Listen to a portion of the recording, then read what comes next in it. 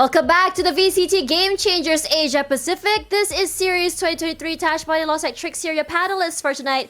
And our series number 1 has been absolutely spicy. Battle of the Indian Civil War between Orangutan and Global Esports resulted in a 2-1 to the favor of Orangutan. But do not let scores deceive you, as the game was closer than we anticipated here. Now, as we move on into the second game of the night, it's going to be Sapphire versus Big Scythe. Tricks, what do you think of both teams? I think that Sapphire has, represented us before in the APAC region, so I hope that I'm not stepping on anyone's toes here when I say I think we're all expecting quite a bit from them. The fact that they have represented, the fact that we know them to be a good lineup, so I am excited to see them play. I'm hoping that they're going to carry over whatever they had learned from last year in the international stage to what they know now into the APAC stage here. And I find Big Scythe, it's good to see them again. It's always good to see teams coming up. Yeah, when you look at, Sapphire, I was about to say X10 because for the whole year they were under that organization, but now they are free agents. I think that this team is one of those teams that have stayed together for the longest as a 5. It's very rare that we see a change in roster and in change of their play styles. It's a very, very, I would say, intimate team, how they are together for a long time, their journey all the way till now, from under an org to looking for org at the same time. As we go to Big Scythe, we've seen them come up pretty big when it comes to their first match. I believe it was yesterday or the day before that, where yes, they go down to the lower brackets, but they did have a pretty strong showing, especially from Yamori. I think Big Scythe really does have, in general, a good lineup. They have a lineup that actually knows what they're doing, but the only thing that I find that they might struggle with is that they're kind of reconnecting recently. So it might be a little difficult for them to really understand, once again, the way that they're moving and really move forward from here. So we do have Big Scythe here, as you mentioned. Yamori's in their March, when Eruma and Crescents, all players that I actually do, I recognize all of their names. I recognize all of them to be good players on their own, and seeing them all put together, I wonder how it's going to go in terms of going against a team like Sapphire that has stuck together for so long, hasn't really separated, and it's one of those things where you're looking at a team that has stuck together and a new team, and I always wonder for new teams, are they going to be able to make those quick decisions and quick adjustments that I'm excited to actually see from Sapphire. It's really exciting when you see these big names like Gwen, like Yamori, when you've seen them do these big impact plays from last year. Now for Eruma, Crescents, and Marche, I haven't really seen them play quite yet until this year. But yeah, if I'm to look at these 3 players that I'm not very familiar with, Eruma has really caught my eye, especially on the Killjoy. Now looking at this other side of the coin, we have Sapphire. These are teams, players that have played together for a very long time. They've gone to the world stage together, and if you guys didn't see the latest FSL video about Ginny showing us her journey from the CSGO days all the way till now. But Trix, what do you think? Honestly, just always a fan of Ginny. I've always really liked her even since CSGO days, so it's always great to see her on Valorant as well. But the lineup in general of Sapphire is very strong. I do think, similar to the set that we just saw, there are players on the Sapphire lineup that particularly shine with that operator. I am hoping that Muffin will pick it up. I always love seeing Muffin on the operator. I think that she just makes so much space and she's so strong in it. But in general, I just find that Sapphire has been able to change the roles of their players and really utilize, in general, everything that makes them a good team in terms of utility, in terms of duels, everything. Yeah, but now coming into the map pool here, Icebox, Haven, as well as Ascent.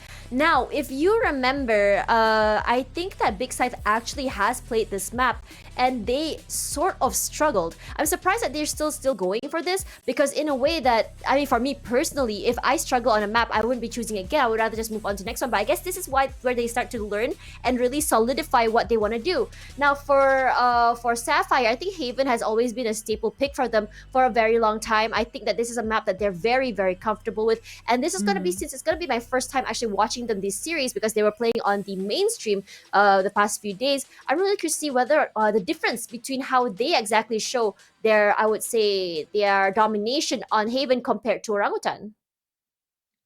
I think that in general, in terms of the way that teams can dominate on a map like Haven, really depends on also the kinds of information that you're taking But going into Icebox, as we have said before, I do hope that either Sapphire or Big know to play some aggressive angles on defender. I'm not saying that playing aggressive will always get you the wins, but I am saying that you need to be able to change it up to keep your opponents on their toes and basically condition them to play a certain way. Gwen on Harbor. Hello, I am loving this. Now, if we talk about Harbor and the as well as the Viper, we first saw it at VCT lock-in. We first saw it done by DRX, and it was a very, I would say it's very timely. It's very precision based. Immediately as the Viper wall goes down, the cascade comes up, close out the entire of Snowman. So do you think Big Scythe will be able to execute this? I'm not too sure. I do think that Harbor is a fantastic pick. He can take a lot of delayed, being an extra, an extra controller. But I do find that there are issues playing Harbor, and I'm wondering if they have kind of ironed those issues out now that they're here. All right, so let's see if this can be answered during our game here. Big Scythe and Sapphire. Let's pass it to our casters, Zach and Taylor. Second series for today is what we have right here. The last series, actually, that we're about to give you for today. And again, Zach and Taylor casting this series for you guys. Now, we finally see the new meta being picked here, Zach. I'm quite excited to see the Harbor and if they can get the correct timings on this one, too.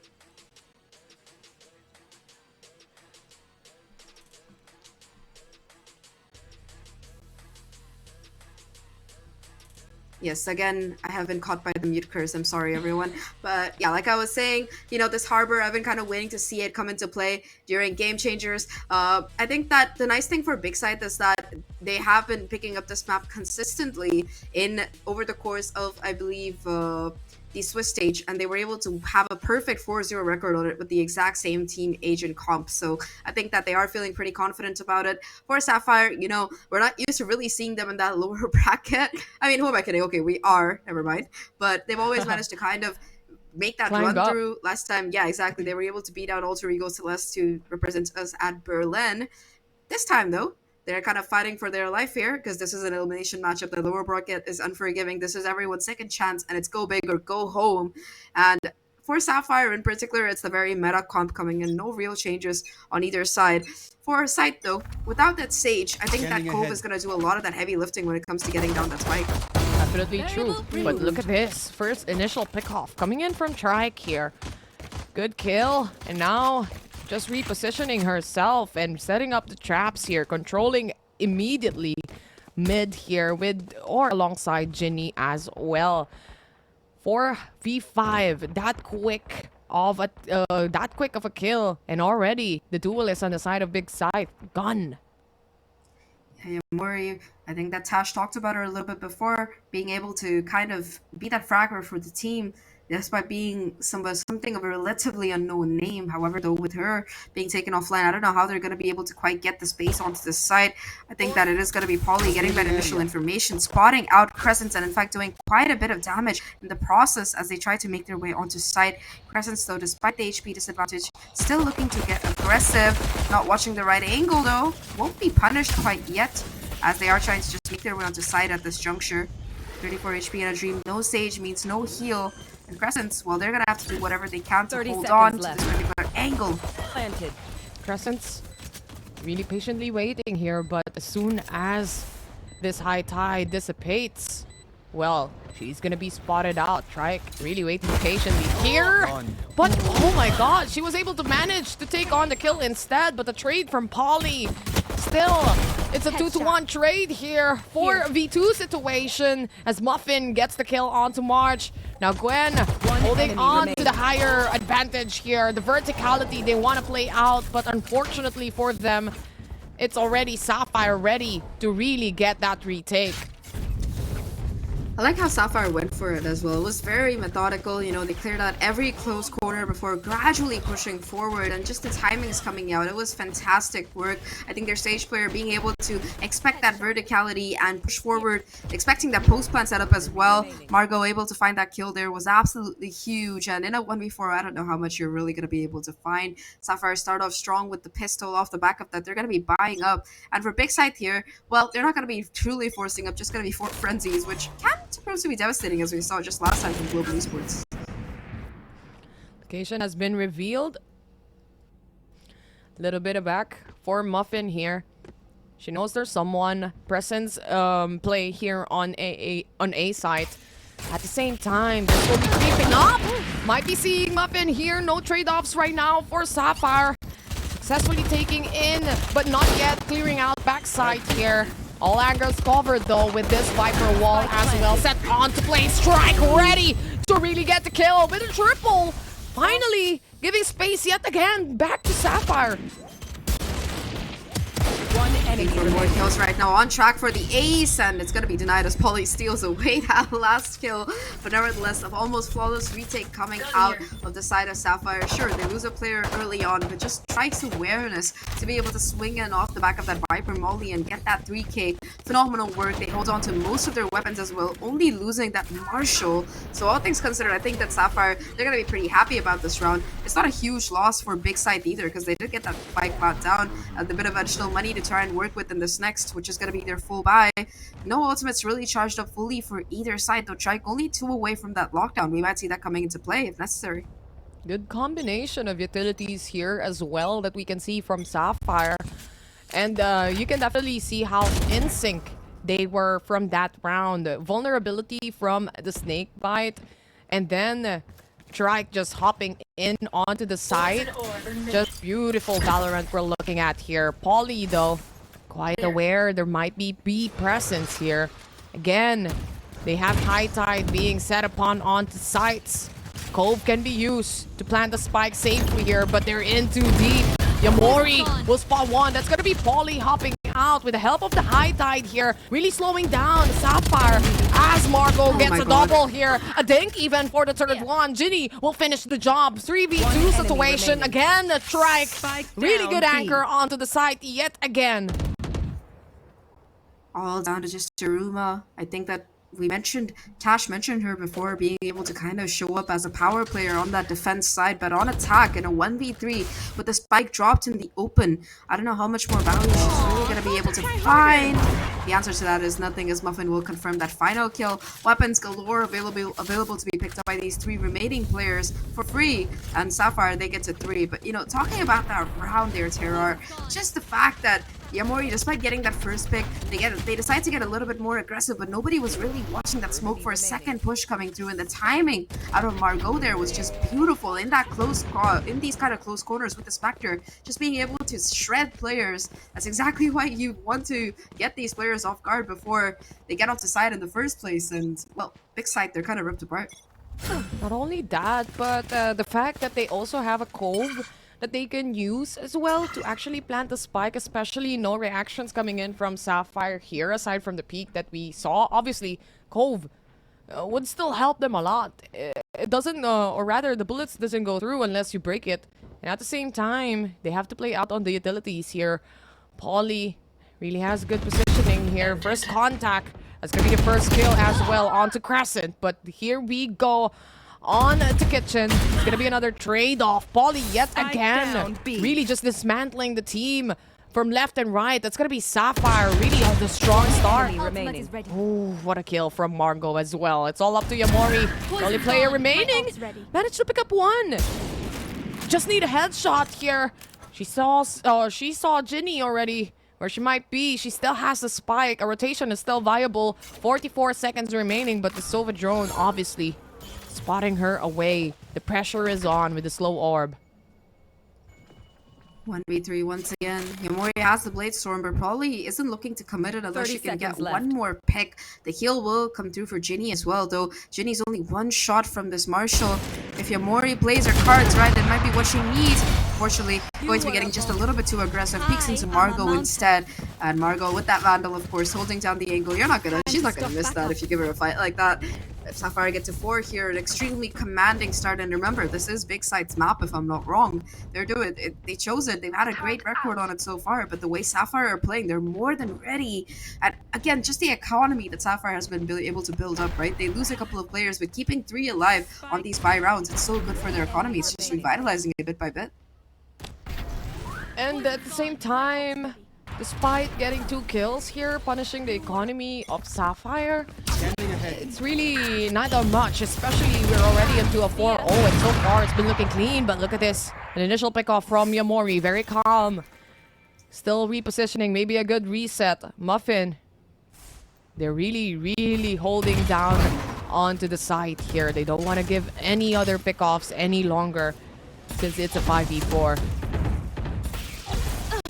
No longer dash available for Muffin. It has worn off, but still going to be anchoring down that site like you mentioned. Has the operator as well.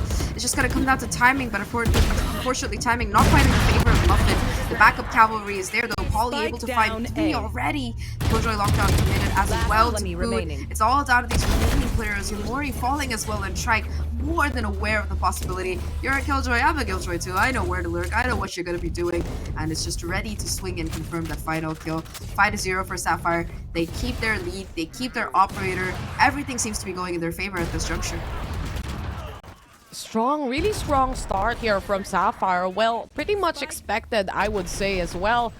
This is the team that probably has chemistry, or the best chemistry so far, especially it's a long-standing roster that we're looking at as well from last year.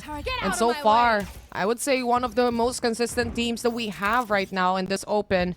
Muffin on that operator can be really deadly for the side of Big Scythe. Again, stuck in a position where they don't have money to buy off guns. And at the same time, despite having a Blade Storm here from Yamori, maybe she might use it and maybe get initial pickups that they truly need. So far, I think Muffin is the least of the problems for Big Scythe here, despite having that operator. It's just that their utility usage and defense looks so strong that it seems like Big Scythe, they're not even able to get onto the site without losing a couple of players. Of all of these rounds, they have barely gotten a plant at all. And that's something to consider if you look at how they're playing right now, though. Yamori with the Blade Storm gets a bit aggressive, finally able to find that first blood and open up side off the back of that. Will be able to retrieve the Vandal as well, and is still hunting for more. Although that's going to be a little bit too much for her to chew. The Resurrection going to be online right now. We're looking at a 5v4 retake with the guns on the side of Sapphire as well. I mean, look at that. The quick reaction from Muffin to smoke off someone reviving. You can definitely see everyone is just in sync.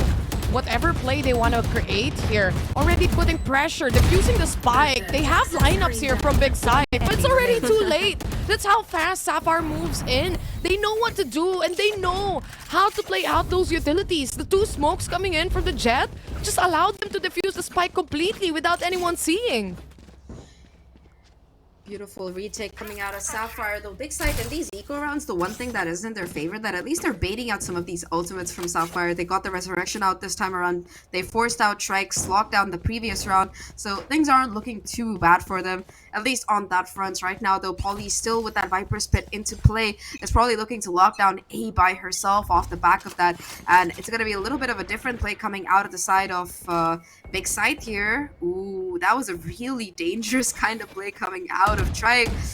Might be able to find the timing though. Yamori with that operator looking to get aggressive. Trike though finds the headshot instead, and what a beautiful kill. Then former baby TZ now really going forward, very confident, I would say, with the angles that she takes here. And especially with this kind of swings that we're looking at, you can definitely say someone is confident that they're gonna win a duel when they do it like that. But look at this. Operator. Muffin already spotting one. Not quite sure if the Harbor actually saw that. They don't have any drones here to actually see who's gonna be on the yellow. That's gonna be Muffin. Going out in a way, Margot ready for the trade, but Eruma was more prepared. Muffin, though, still managed to pick out someone here, making things a little harder. Maybe even more harder for Big Scythe. It's a 4v2 situation, Zach. Muffin still anchoring down towards this yellow angle. Not taking a super 30 seconds aggressive left. position. One So enemy he's aware remaining. of the peak coming out already, being able to convert that kill. 3 for the Jet so far. 1 left to find. It's all down to just Crescent. She's been good so far, but in this 1v4, again, the numbers advantage might be just too much for her to deal with. And it is going to be the 4K for Muffin coming out. I think that's somebody, I think it was Tash mentioning that operator Jet play coming in, and we see exactly why Muffin is a force to be feared if she does get it in her hands. So far, I think... Yeah. So far, yeah, continue. Yeah, I was just saying, so far, it just seems like the side of Big Side, they're not able to make their way at all, even towards these sides. They've gotten the spike plant exactly once. Yeah, and at the same time, I wonder, why does everyone like to name themselves Muffin? Because I they're mean, tasty. muffins are nice, yeah. Just interested with the choices here so far. But it's cute names, I would say. Not scary, but at the same time, when you play against them, that's the time you get scared of muffins, you know? Little cute on the name, but really difficult to play around with. That's gonna be Muffin. Now with the Reckoning onto Scythe here. Waiting that extra space. Molly might be stuck here onto 2F. Still managed to go out safely. First time I've seen Cove being used and finally getting the plant that they truly need. How we want to see it. Gwen already positioning themselves here for Big Scythe right now. It's gonna be the post plant. Oh, Margot though already finding that first kill, though the trade is going to be there from Aruma. Has the lockdown to work with as well if necessary. However, once again, it does seem to be a pro zone fake kind of situation coming through. Margot just able to stick half that spike already. And in the meantime, this lineup, I don't know how much more value it can find, especially when you have someone on the hunt like Muffin here. 1v2 though, this might be the round that Sapphire might not be able to win. All that Margot has to do is hold on to the spike. However, the peak is there, thankfully, in time from Marche. And that is going to be Big Scythe fighting their first round. It went down to the wire. They invested quite a bit, including that Reckoning. But off the back of that, they gained side and get the plant. So, finally, signs of life. Round is around, and it's definitely worth here for Big Scythe to use, especially this is the first round that we have right here. Anyway, for the map that we have, knowing that this is also a pick from Big Scythe, a little bit scary, I would say, especially knowing Icebox as well might be a little bit more on the attacker side, I would say. And so far, they've been having a hard time getting this rounds. Well, better prospect here is an 8-4 score. The least I could say. That's the amount of rounds they want to take here. But anyway, back to the game here. Lots of utilities again, Zach. We also have a lockdown, can be used, already being used by Aruma actually. With the Sova drone coming up, already Sapphire making some preparations here.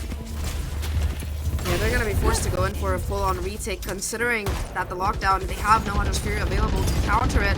Right now, though, Yamori with the operator waiting for this high tide to go down, has the advanced positioning, might be able to get a couple of shots, unfortunately misses. Nevertheless, though, that's gonna be not one but two ultimates invested by the side of Big Scythe here. The Viper's Pit onto Scythe as well to make their job even more difficult on this retake.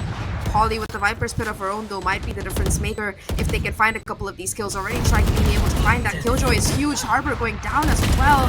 It's all down to the remaining players here. Not much left in the bank, though. 3v2 situation, aware of the flank right now. Possibility at the very least. Crescent finds the first immediate trade, and now it is just going to be the defuse coming through. Operator taken offline as well, and Big Scythe, they invested so much, but still don't walk away with the round to show for it. 2 operators? Guys, Why not? chill out. It's a free one. Anyway, the timing was just a little bit off when it comes to Gwen. She was really patiently waiting for someone to come into the Viper's Pit, and that was actually Polly. But there was too much also pressure, especially on the plant here, that she has to look after. And you can see the micro adjustments already that Sapphire is making with this Harbor pick. And you can definitely see how they can cancel out that Cove and not give them a safe plant onto 2F.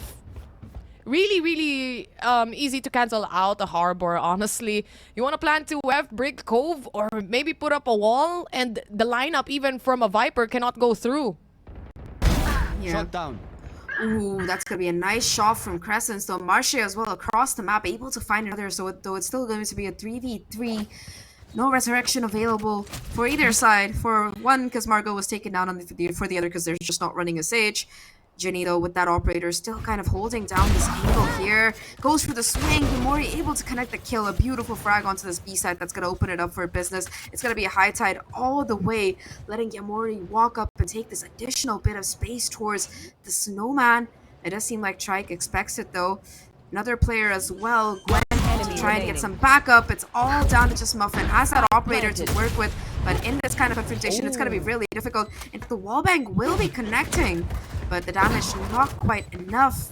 And Sapphire, despite winning so many rounds, they're thinking like, okay, you know what? It's a 1v3. I'm just going to hold on to this operator. Have a nice day, guys. Yeah, they even put up a cascade. You know what? I'm gonna help you get out of this situation. Go ahead, move forth and move away. This site is for us to take. 8-2 in the future as soon as the spike detonates here. But again, Muffin just saving this operator. They run a double operator setup here. Not quite sure where the other operator was, but obviously might be an A or B. Both of them. Thrifty. Or Snowman, yeah. But They again, sacrificed for nothing. there was too deep from Big Scythe. Especially, they were anticipating that Trike might push in from that cascade, or rather that high tide. I think the moment that really changed that round was this headshot that came out of Yamori there. Her being able to find that crucial kill onto that operator towards the C site. Yeah, this particular shot is what really made it possible, because if Ginny had been able to get that frag, it would have fallen apart once again. And Sapphire, you know, I like this team. Despite them being up 8-2, they're still happy to try and go in for this timeout. They want to end this half as dominantly as possible. They have several ultimates to work with. Economy still in good shape as well. And now it's just, like you mentioned, those little micro adjustments that they want to finalize before they head into the next round. Especially looking at the double control setup that we have right now, and knowing high tide it's such a big line or even a wall that we have. And you have Cascade to push in onto the sides, but so far you would see that Big Side is having a difficult time playing around these utilities, and it seems like Sapphire is more than prepared to actually see a harbor in this specific map as well. So preparation is key, and definitely Sapphire showing that they are prepared and the chemistry works out so far with them. And they're a pretty strong team to look forward to here, really, in the open one. But Big Scythe, again, the goal here is to at least get an 8-4, make it a little easier to make a comeback happen. I definitely agree with you. They do have some ultimates to work with as well. We saw that they were able to just kind of get onto site with the help of that Reckoning, perhaps expecting that kind of play. It is going to be it committed towards the A side, the Viper's Pit, but first off, it's going to be Trike finding a huge kill down towards mid, looking for even more, not going to be phased off the angle at all. They are the last line of defense right now towards this mid area, and it's the only one it seems like Sapphire need, as they are able to convert that first kill in their favor. Alarm bot as well for some additional information if necessary. It does get immediately broken though, so at least that's that. Trike gonna be forced to still play around this mid area, though with this initial advantage going in their favor. Once again, Yamori not being there to dash and create some space. It's gonna make things so much more difficult. With the help of this Reckoning though, it does seem like they still want to go towards this A site. At least the Reckoning can give info where the enemy sidelines might be, right? So already popping that Reckoning onto the side. Polly, middle stock again, the stun. This is what exactly I was talking about. They wanna remove that Viper's Pit, successfully doing so. Now Trike reacting to that with a Hunter's Fury. Crescent want to destroy this lockdown for the defense. Trike really making a play here. One man down yet again. 2-1 trade. 3v2 situation. Muffin very low in HP here. Still with an operator. Starting off with a Sova drone. Trying to make a retake happen right now. Crescent also very low in HP. Who's gonna swing out first? Who's gonna spot out each other? It's gonna come down to timing here. Muffin able to convert that last kill. Still 1 HP left alive. It's all down to Crescent. 1v2 to close out. Gets the first. Ginny though still being able to stick the spike here. In fact, isn't gonna care. Crowstone Fake Woman coming in, but unfortunately the shot from Crescent's not quite there, and Ginny will complete that first. She's laughing. The evil laugh. You know, after the I would kill. even love to. Yeah, I would you even can love to. definitely Last see round like, in the half. well, I was about to defuse the spike, but anyway, I need to kill someone from above. You know, again, very low in HP. And aside from that, after the kill from Muffin, this gives out info that you're gonna be in 2F as well, Zach. It feels really rough here for the side of Big Scythe, because that was a round that they almost had it in their grasp. Presence just didn't have the HP to work with. They're still gonna be having a buy for this round though.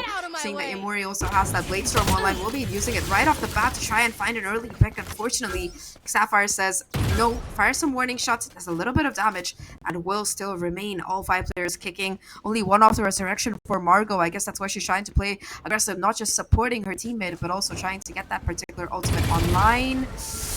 A-side still gotta be that point of contention though, as Big Side look to aggress on it. Yamori has the blades here as well. She's looking for a kill here, really to open up the sights.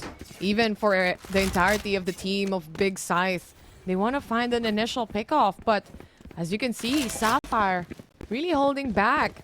They used up a lot of utilities onto A, but nonetheless, no value at all. And look at this, already deep enough onto yellow. It's gonna be Muffin with an operator. The shot connects. Maybe waiting for another one. It's gonna be the players of Big Scythe. Lots of them, as Muffin would say to the rest of the team. But again, the pressure is there. Muffin really waiting patiently. The crossfire not working out so far from the Sapphire squad, but Muffin is still alive and kicking with a shorty shot. She managed to pick up another kill. Shorty upon shorty, that's all they need. Crescent's the only person remaining here from the team of Big Scythe, and she also goes down. Margot to get the kill, and 10-2 is the score. Switching sides. Wow, that was such a dominating performance coming out of Sapphire here. 10-2 in that first half. Let's ask our wonderful panelists, Trix and Tash. Let us know how they did it.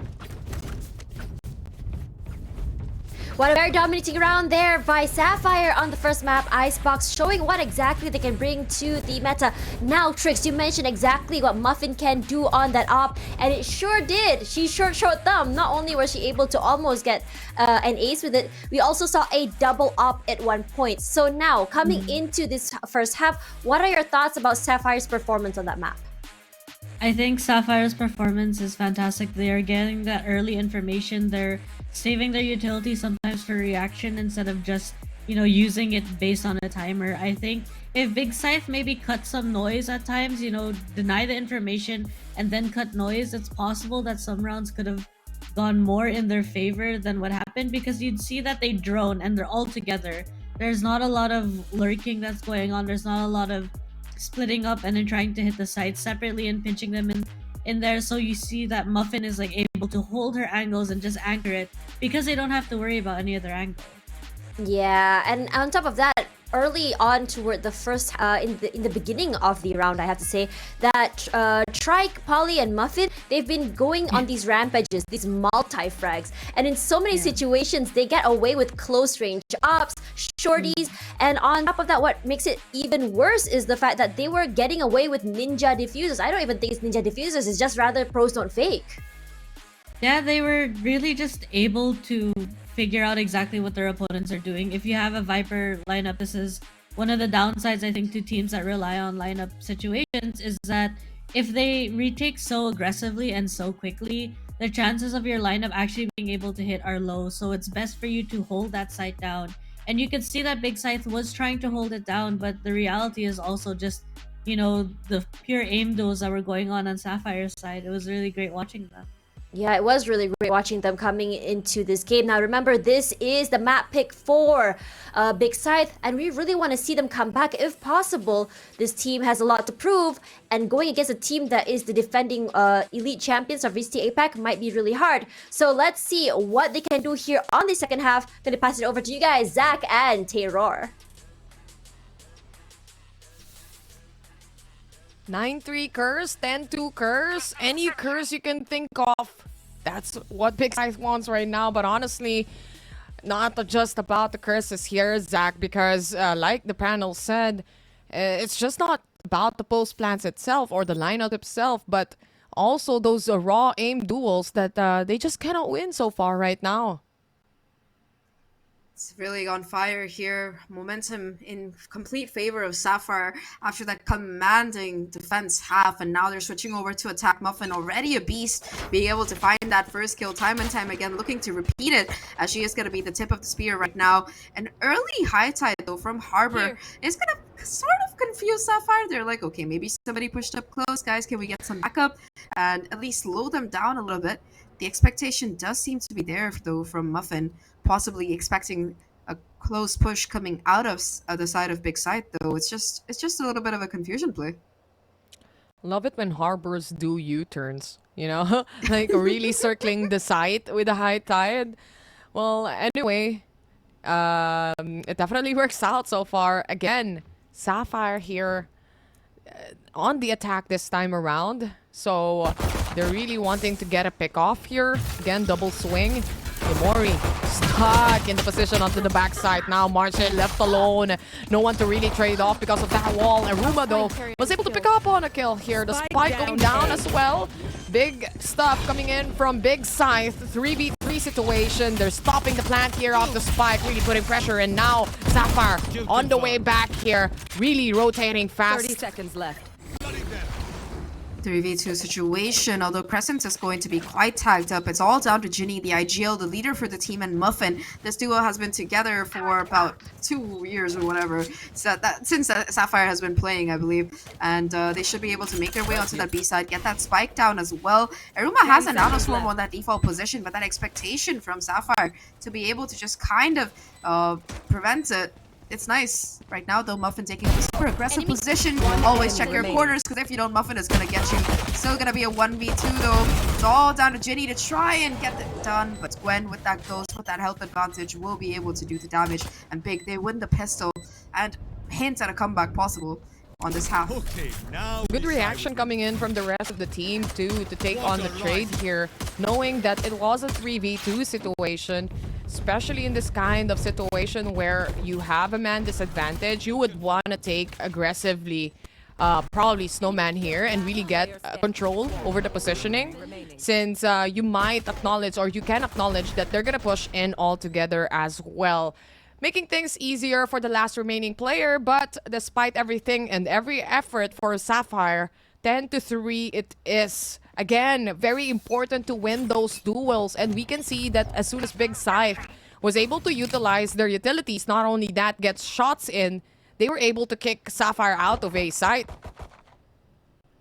Phenomenal gameplay coming out of them right now, though, off the back of getting that plant. Just a little bit of a buy here. One share for Muffin. Just a little bit, like I said, not too much to be expected as she tries to go forward. However, Sapphire, they're kind of masters at these thrifty rounds, being able to just play the map and convert off the back of some really good trades. Aware of that possibility, it does seem to be a little bit more of a passive setup coming out of Big Side. They've proven that they can make these retakes work in the past and are looking to do it again. Trike takes a confrontation out towards mid, though. Neither player able to deal or receive damage. And the spike itself, it seems to be making its way towards the A side. And Gwen, she has that information. She sees utilities, and it's gonna be Sapphire taking here A side. Gwen, she knows their strength in numbers. She's seen it from game number 1 here, or from series 1 a while ago. Wanna wait for the utility, or rather for your teammates as well. With the cascade and the high tide trying being set up here, will slow down Sapphire a little bit with the recon as well. As will help out Big Scythe, right? Really trying to find the enemy lines here, and they were able to. Ginny and Polly are the only players remaining here, only with classics trying to control who's gonna defuse the spike, but Gwen to hop out on this cascade. Just perfect timing to catch the players of Sapphire off guard. Finally, a round for them. Yes, it is. 10-4 is the score. It's really impressive how close Sapphire got it. Like, even though, you know, it was Big winning it out at the end, despite Sapphire managed to find 2 kills, getting those 2 guns offline. And of course, Spike, it only had 2.5 seconds left to tick down. So I think if that shock dart play had been coming through a little bit earlier from Ginny, and the timing was a bit better, it might have been the round for Sapphire just off the back of time. Right now, though, Sapphire, they're going to be finally having their full buy kicking in, get the spike plant down to a little bit of additional money to work with as well. They don't have any ultimates except for Ginny, who is 2 away from that Hunter's Fury. Might be coming into play. Talking about ultimates though, Gwen already has that Reckoning ready for the retake. Trying to get the orb, baiting out if someone peeks as well. But again, this cascade immediately being thrown out in A main. No reaction from Sapphire because they're all the way to B site. One is holding the flank, and that is actually Polly. But now Muffin slowly walking and creeping in onto site here with the help of that Viper wall. Margot already planting. But really, the shots connecting is the one important Muffin to take on a kill here. Again, that was a very impactful kill coming in from Big Side, really stopping Sapphire to their toes. Spike has been at least retrieved though, so it's still going to be a 4v4. Trike has been tagged up to a sliver of HP. Unfortunately, no Margot available to heal her back up. So at least when it comes to health advantages, I would say Big Side has the ace in the hole. They don't have the weaponry quite to work with. You can see Crescent's eyeing that gun, seeing if it's safe to go for it. Might be able to... Never mind, does not find the timing. Ginny is able to peek out and find that frag. 30 seconds left. It does seem like the side of Sapphire, they're willing to take the fight to their enemies right now as they go forward through the smoke, trying to get the spam done, but it's going to be Polly, in fact, finding that first kill in that corner, though. It's going to be the trades coming through, in fact, materializing in favor of Big Side. A 2v2 situation right now, and it's going to be the Hunter's Fury online for Ginny as well, if necessary. Polly, though, with the angle, gets that first kill, looking for even more here. Luma trying to isolate these fights, gets the first, might be able to get the second, but Polly, a 3k on the round for the Viper and 11 for Sapphire. They push it through. Almost as if the two remaining players of Sapphire were really gonna be isolated for the fights. And like we were mentioning, or like the panel mentioned a while ago, in this case, you really want to isolate the fights from the players here of SPH, knowing that the trades are ready. And again, they're pretty much in sync. So as much as you can in a 1v2 situation, you want to go 1v1 first, making a bigger chance or creating that bigger chance to take on the kills instead. 11-4 is what we have here, Zach. And Big Scythe already, like, you know, this Icebox map, I have seen so many teams really come back at this map from like a really bad score. Even 12-1 was even comebackable. So anything is possible at this point. 5v5 situation. Gun's still gonna be online for Sapphire, though it's just a bit of an awkward buy for Trike, forced to play with that Bulldog and light armor. The nice thing about Icebox is it doesn't really matter whether you have full armor or on this map, because odds are everybody's gonna be picking up that Vandal anyway, like you can see. So it doesn't make a huge amount of difference when you do look at how these executes come in. Talking about executes, though, it is gonna be Sapphire looking to get aggressive. That slow orb doing wonders, as it is gonna be Yamori finding that first kill. Right now, though, it's going to be a bit of a slowdown from Sapphire. Gwen finding a second. Spike being dropped. Finally, a trade comes in from Muffin. 2 trades, in fact. Huge kills. And things are back down to a 3v3.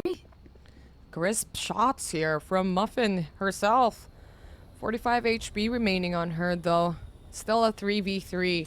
Utility-wise, they have a Blade Storm. 30 seconds left. And they also have a Hunter's Fury. 25 seconds to make a play. Good recon here, but not spotting Yamori because they actually punished that recon before they even spot anyone. Good execution from Big Scythe. Exactly what they need. 11-5. Now the economy once again for Sapphire gonna be on the bit of a backside here. They do have that Blade Storm available for Muffin, who has worked wonders with it before. But talking about wonders, it was just Yamori on side being able to find that first kill, and the rest of them holding down that crossfire for the rest of the kills there. Big Scythe, they show that even is their map pick. They do know how to play it. They might have lost that first initial momentum, but from a 10-2 to 11-5, they're looking so much better already. And look at that ultimate economy for them, Reckoning online once again. They also do have 2 ultimates, just one away from materializing both. Talking about kills, though, it is going to be Muffin starting things off with that first frag with the help of that Blade Storm spots the second player as well. We'll be falling back, though, now that the number advantage has been gained. Just a little off, Zach. Almost seeing Muffin, but you managed to pull away and get away from a situation without any trade-offs. Knowing Big Scythe also has the gun advantage here, this can be a problem. Sapphire already planting the spike, playing on utilities yet again. Margot still surviving, but barely. She managed to pull back yet again. again, and a Viper Spit being popped here. Yamori with a kill onto Muffin. Huge kill, I would say. Now Reckoning popped as well. They want to clear out this Viper Spit. Yamori up above. Gwen and Marcy making a play already. 4v2 situation. They still have the Hunter's Fury to play around with. It's gonna be popped as well. Trike knows exactly that she has to do the cha-cha play. But Jenny with a double kill already. This call is the only saving grace. And it worked out. Oh, you can see Trike being forced to push up there. And I like that whoever it was, they managed to get half the tick, because otherwise it wouldn't have been possible. A really good round coming out of Big Scythe. Despite losing that initial player advantage, you know, they play for the utility that they have in their pocket, and they do manage to make it work out. The Cove, like you mentioned, being huge for the defuse, despite there being numbers still in the pocket of the side of Sapphire. Right now, though, it's going to be a timeout coming out. The first time I believe that we're seeing from them in this half. Second overall, but first in this half. And I think that at this juncture, Sapphire, they really have to figure out how to break into Big Side sites. Because so far, head-to-head duels, they're not able to get that first frag or really trade out. Muffin is able to make an impact, but it seems like the rest of the team, especially Margot, she's being taken down so often with just utility while trying to get that spike down. That round was still a little scary for Big Side, to say the least. Sapphire was on an eco and they managed to pull off 4 kills to get the spike down. But again, Big Side was still able to burn so much utilities here from Sapphire. And that is the Blade Storm. Not only that, the Viper Spit was also popped, and Ginny with the Hunter's Fury being used up as well. And you can definitely see here on the following rounds as well, it's going to be half armors we're looking at from Sapphire, and Big Scythe armed and prepared here. I like that we're seeing more of the utilities here from Chamber, but Harbor more actively, especially that Cove. Big help, especially on eco rounds. Now, though, again, A-side does seem to be where Sapphire are looking to go in for the hit here. Trike is only one away from that lockdown. We might see that coming into play if they can get that orb online. But aside from that, not much else that's really in their arsenal. Iruma has a lockdown to counter it as well. And with that Hunter's Fury being invested the last time around, it's not going to be available for Sapphire. Right now, though, it is going to be a cascade coming out of that Harbor, trying to buy a little bit more time, more space, but unfortunately not quite connecting here. The spike is going to be going down for free, it seems like, though Gwen is able to at least find one particular kill. Muffin gets to collab, though, with the help of that Vandal. Huge impact frags coming out of her. Still looking for more Ginny as well in the meantime on the lurk. And it's suddenly what was a 4v5 is going to be looking to be a 5v2 as the Resurrection is invested as well. Sapphire, they want to close this round and get to match point, and this as quickly as possible. One enemy remaining. Muffin. No, too much. Too many of a people, I would say, from the side itself. 12-6, this closed things off into a match point for the side of Sapphire here, Zach. And so far, again, it's a map pick coming in from Big Scythe here. And we want to see more active playstyle, really taking control of this specific map that they chose. But again, Sapphire, a very, very strong team here in the open. If not really like primed to be one of the top, if not top 3 of this open that we have right now. Brand new round here for Scythe, and of course, just half buys onto their pockets as well. Broken, I would say. Viper Spit gonna make pushing into this just a little bit more difficult, though it doesn't seem like Muffin is gonna be stopped at all, following that drone in as they try to spot out Marche's position. Not quite able to find anything. The Viper is gonna be taken down. Trade immediately there from Gwen, but Gwen's gonna be stuck in a really rough spot already. Ginny being able to jump up and get that refrag, get 2 in fact for her troubles. It's all down to just Yamori and Iruma. Lockdown gonna be invested. It's all or nothing here for the side of Big Scythe. Either they make it work or they don't, but it has to be respected. Maybe TC also gonna be spotted out, and Iruma is able to confirm that kill. But look at the HP right now on this particular player. It is in fact going to be the lockdown broken down. Control still being held aggressively by Ginny here.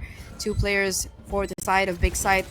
The clock is ticking as well to put. They really have to connect these shots. Yamori gets that first, but the refrag is immediate. It's all down to Aruma. Gets that first one, but with this post-plant setup, there's not much that she can really do here. 2 HP in a dream right now. And it's gonna be that misstep onto that volley that will finally That's take her out. okay. We didn't see anything. We didn't see a face palm right at the end. Anyway, All good. game number 1 here going towards Sapphire. Again, a map pick by Big Scythe. Really strong showing here on map number 1. And they seem to be unstoppable. But I would say there's a glimmer of hope towards Big Scythe here. It's just a little bit, or it's just a matter of polishing really those trade-offs. And not only that, but those aims as well. What are your thoughts about this map, Zach?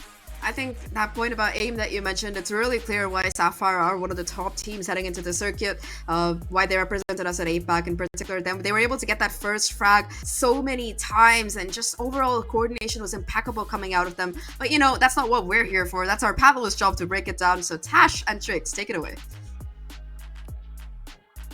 More glimmer of life coming into the second half for Big Scythe, but with Sapphire sealing the lead, it's just looking to be a Sapphire map, despite the fact that the map was chosen by Big Scythe. Tash and Trix here on the analyst desk.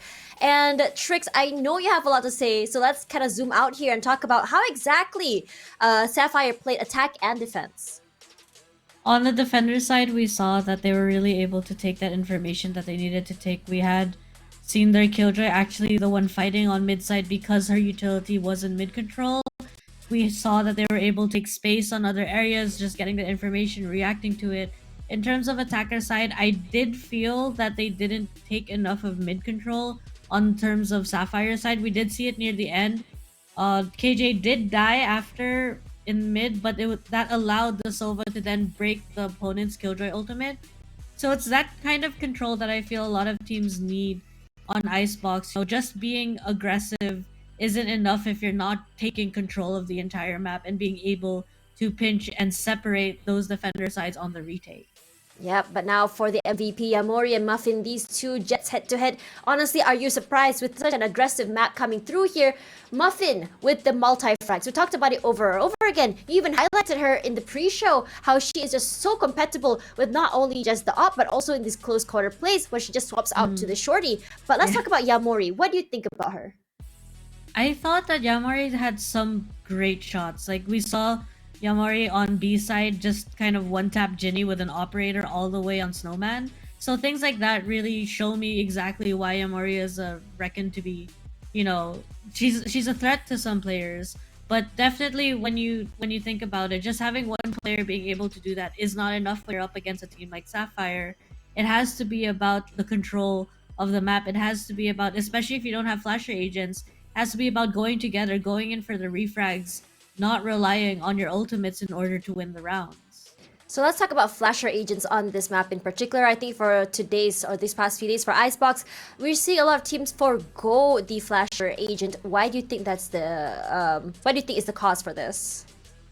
Why they're picking the flasher agents? No flasher Or agents. why they're not? Yeah. Okay, because I think there's a lot of angles in terms of Icebox. You don't know whether they're going to be above or below. You don't actually know, you know, pop flashes don't actually work too well on Icebox. So it's one of those reasons why flasher agents won't be as necessary, but it's important in terms of winning the difficult duels that people seem to struggle in this map. That's fair enough, but now Harbor. I felt like the Harbor pick, well, I was very excited for the Harbor, but I didn't feel like it gave so much impact. Yes, there were moments where it felt like he did help with aiding getting the spike down, but that was it. But what do you think? You know, having double controller, I think, is totally viable, but that also means you really need to be controlling more of the map. That was my only issue with the Harbor pick, is just that it felt like, you know, it just kind of felt like it was a charade to say, oh, we might be pushing here, but they're not actually taking space in the map. They're not actually taking that information, and I think that's exactly what Sapphire caught on to. And that's what I was worried Big Scythe would be doing coming into this Icebox map. Yeah, I mean, if you look at how exactly DRX used their Harbor, when the Cascade goes down, they will be pushing right behind the Cascade, using it as a cover. And we aren't really seeing that from Big Scythe. Yes, they had a few rounds of chains on the other side, but I think it's not really enough, because one thing about Sapphire is that once they figured it out, it's really hard to come back and kind of like readjust how you play in terms of their adapting. For now, Muffin will be here for the MVP. Now, from Muffin, what do you think that she is, not Muffins rather, but for Big Scythe, what do you think is their biggest struggle other than not using the using the proper utility? I would believe it's actually map control in terms of, you know, they're all playing on the sites quite like a default, but nobody's trying to do that aggressive push, or if it is, it ends within the first 20 seconds. They kind of fall back from it, and it's like, it's okay, you know, if you have that aggressive push, commit to it. It's fine to commit to it. Tell your teammates on the other side, hey, we're playing aggressive here, we're gonna do the retake there. Yeah, speaking about retakes, no retakes from us, but we are going to go for a quick break after this second map. Let's see if Sapphire brings it to 2-0, or we're going to be seeing map number 3, more Valorant, after this.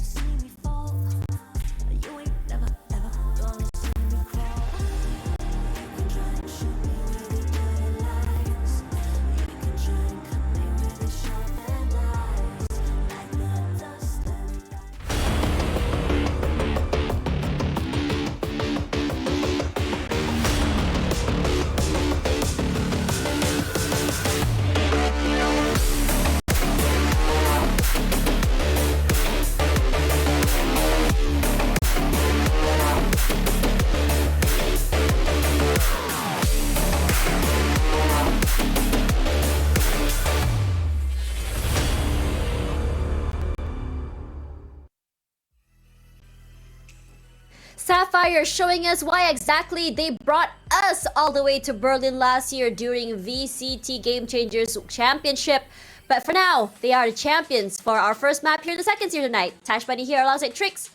We are your panelists for tonight.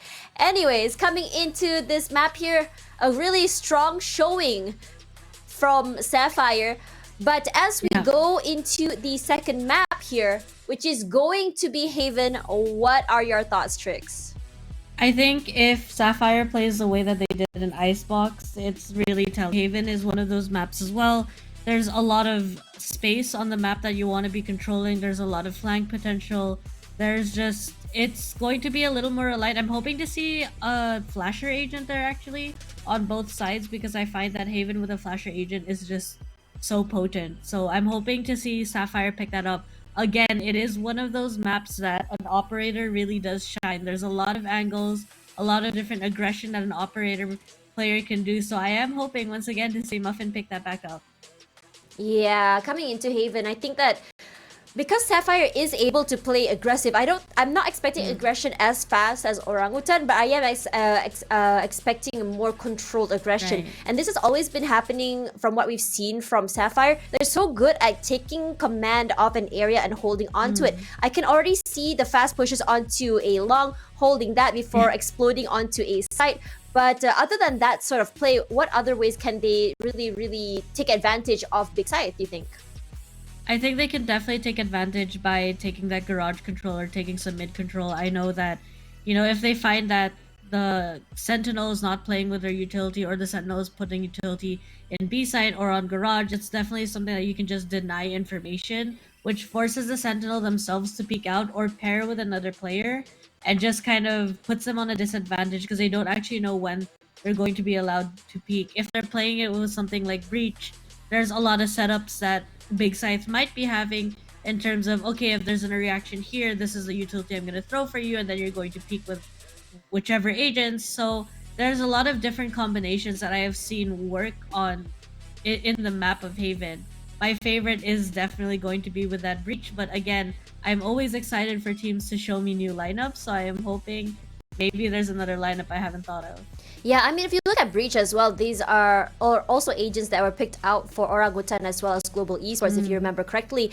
Now, if you remember, what's so great about Breach is the fact that not only is he very aggressive and oppressive, given a really good team play, can really stifle a team, especially as you get onto the site. Either you get those picks or displace them off the site. It already has done its job. On top of that, when you are the final person left alive, or you are kind of separate from your teammates, the utilities of Breach allow you to play as self-sufficiently as you want. Because in a lot of situations, yes, you are expecting someone to really swing out of the fault line or even the aftershock, but if they don't, it's going to be a whole different story in particular. Regardless, let's have a look at the lineups here. Now, I remember that we've seen a lot of Ginny on either the Sova or even the KO. I was kind of expecting or hoping her to be on that, but why do you think Ginny is prioritizing the Sova over like maybe a KO for this map? It could be because Ginny's team in general, because of the way their coordination works, I find that the recon agents, whether it's like a Fade or a Sova, they actually do very well because their teammates are going to be going in. Like, they have no fear. They already know, regardless of what happens, they are going to take that site. Ginny's ability to clear the corners with her teammates as well, or understanding which angles their team is watching, is actually what makes Sapphire's entries usually very brutal on terms of how the opponent can actually hold them down. So we did see a lot of times that Big Scythe would win is actually when they gave up the sites. Is when they gave it up because the entry potential on Sapphire is so strong, but the retake in terms of Icebox on lineup was actually very strong on Big Scythe's side. Speaking of Big Scythe, we barely touched on them just yet. So what do you think Big Scythe is able to do here to counter this, I would say, this very clean site takes by Sapphire? It's going to sound very basic and rudimentary, but a lot of teams forget this. Have an anti-flasher, please, if you're playing against a Breach. If you're going to, play those aggressive angles, you have one that's going to bait, you have one that's going to deny the information. It's okay to triple stack a site. It's okay to triple stack your push. Just make sure you coordinate with one another on how to do so. because they're starting on the defender, I feel like they can set up the pace to benefit themselves. But this is going to go through a lot of, they're probably going to need to get that flag. They're going to need to deny that information. And if they're going to fight, they have to have the anti-flash. Yeah, and I think that this is something that Big Scythe really needs to work on. It felt like they were a little bit scattered coming into the last few days together. Individually, very, very strong players. But again, coming to what Raf told me yesterday when we were on desk, is the fact that sometimes these teams are just so very newly coming together. It's really hard for you to really figure out what the candidate can do, especially on Open 1. Regardless, we are going to go into our second map of the second series tonight, whether it's going to be Big Scythe going home or Big Scythe bringing us to map 3. Take it away, Taylor and Zach.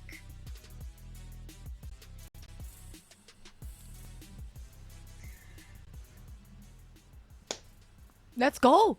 It's finally time for this next map. This next map that we are gonna see. Might be the last though, Zach, and can be map number 3 as well.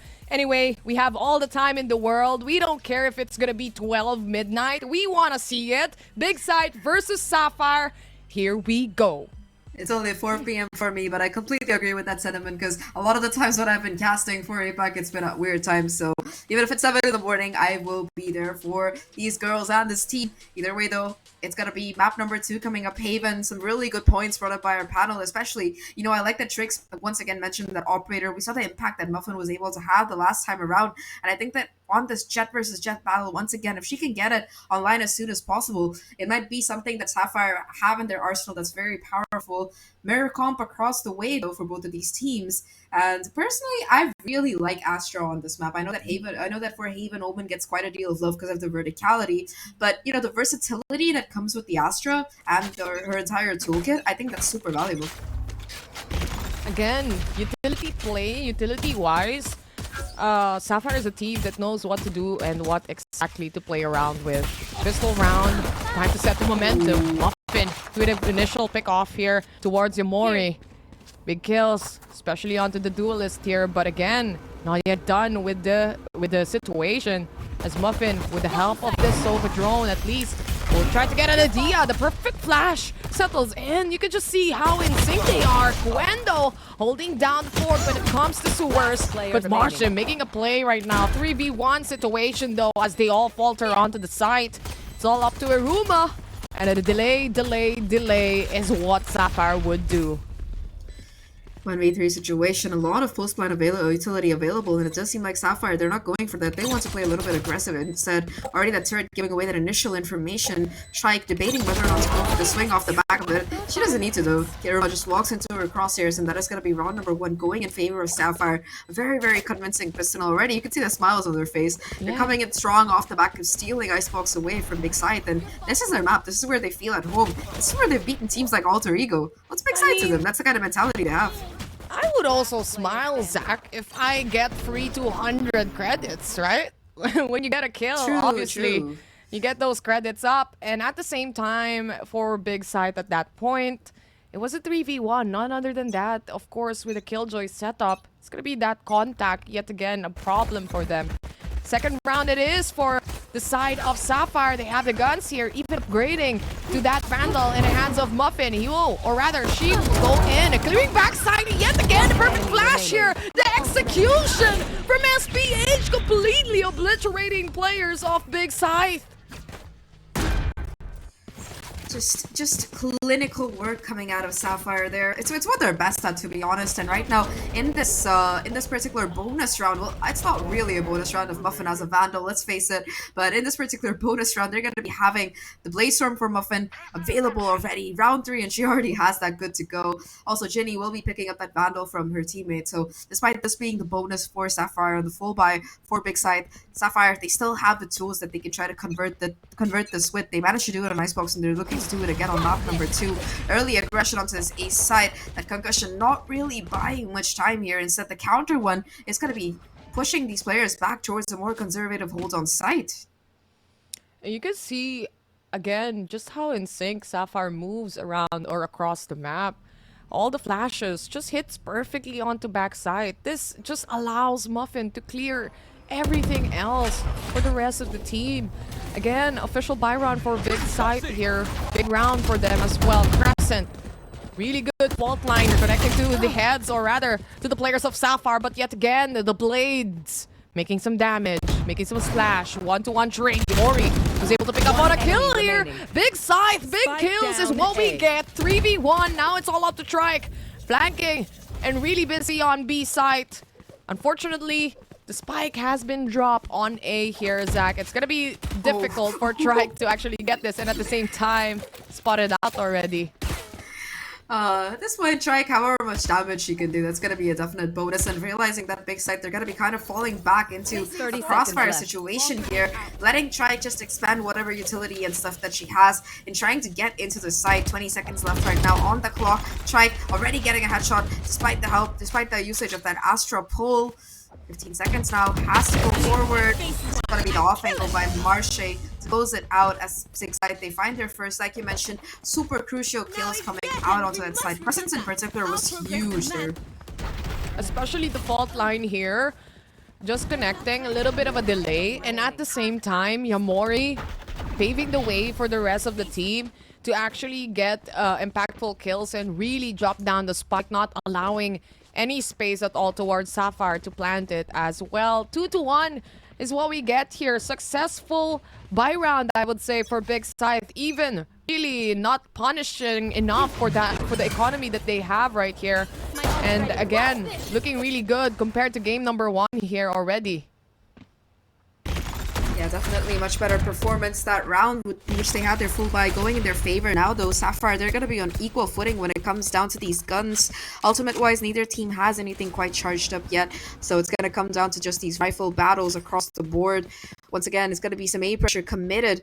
Though C is going to be where the spike is eventually venturing. A little bit of an aggressive peek comes out of Marche, but after getting that information, not going to be punished with her life, and they are going to be able to hold on for dear life here.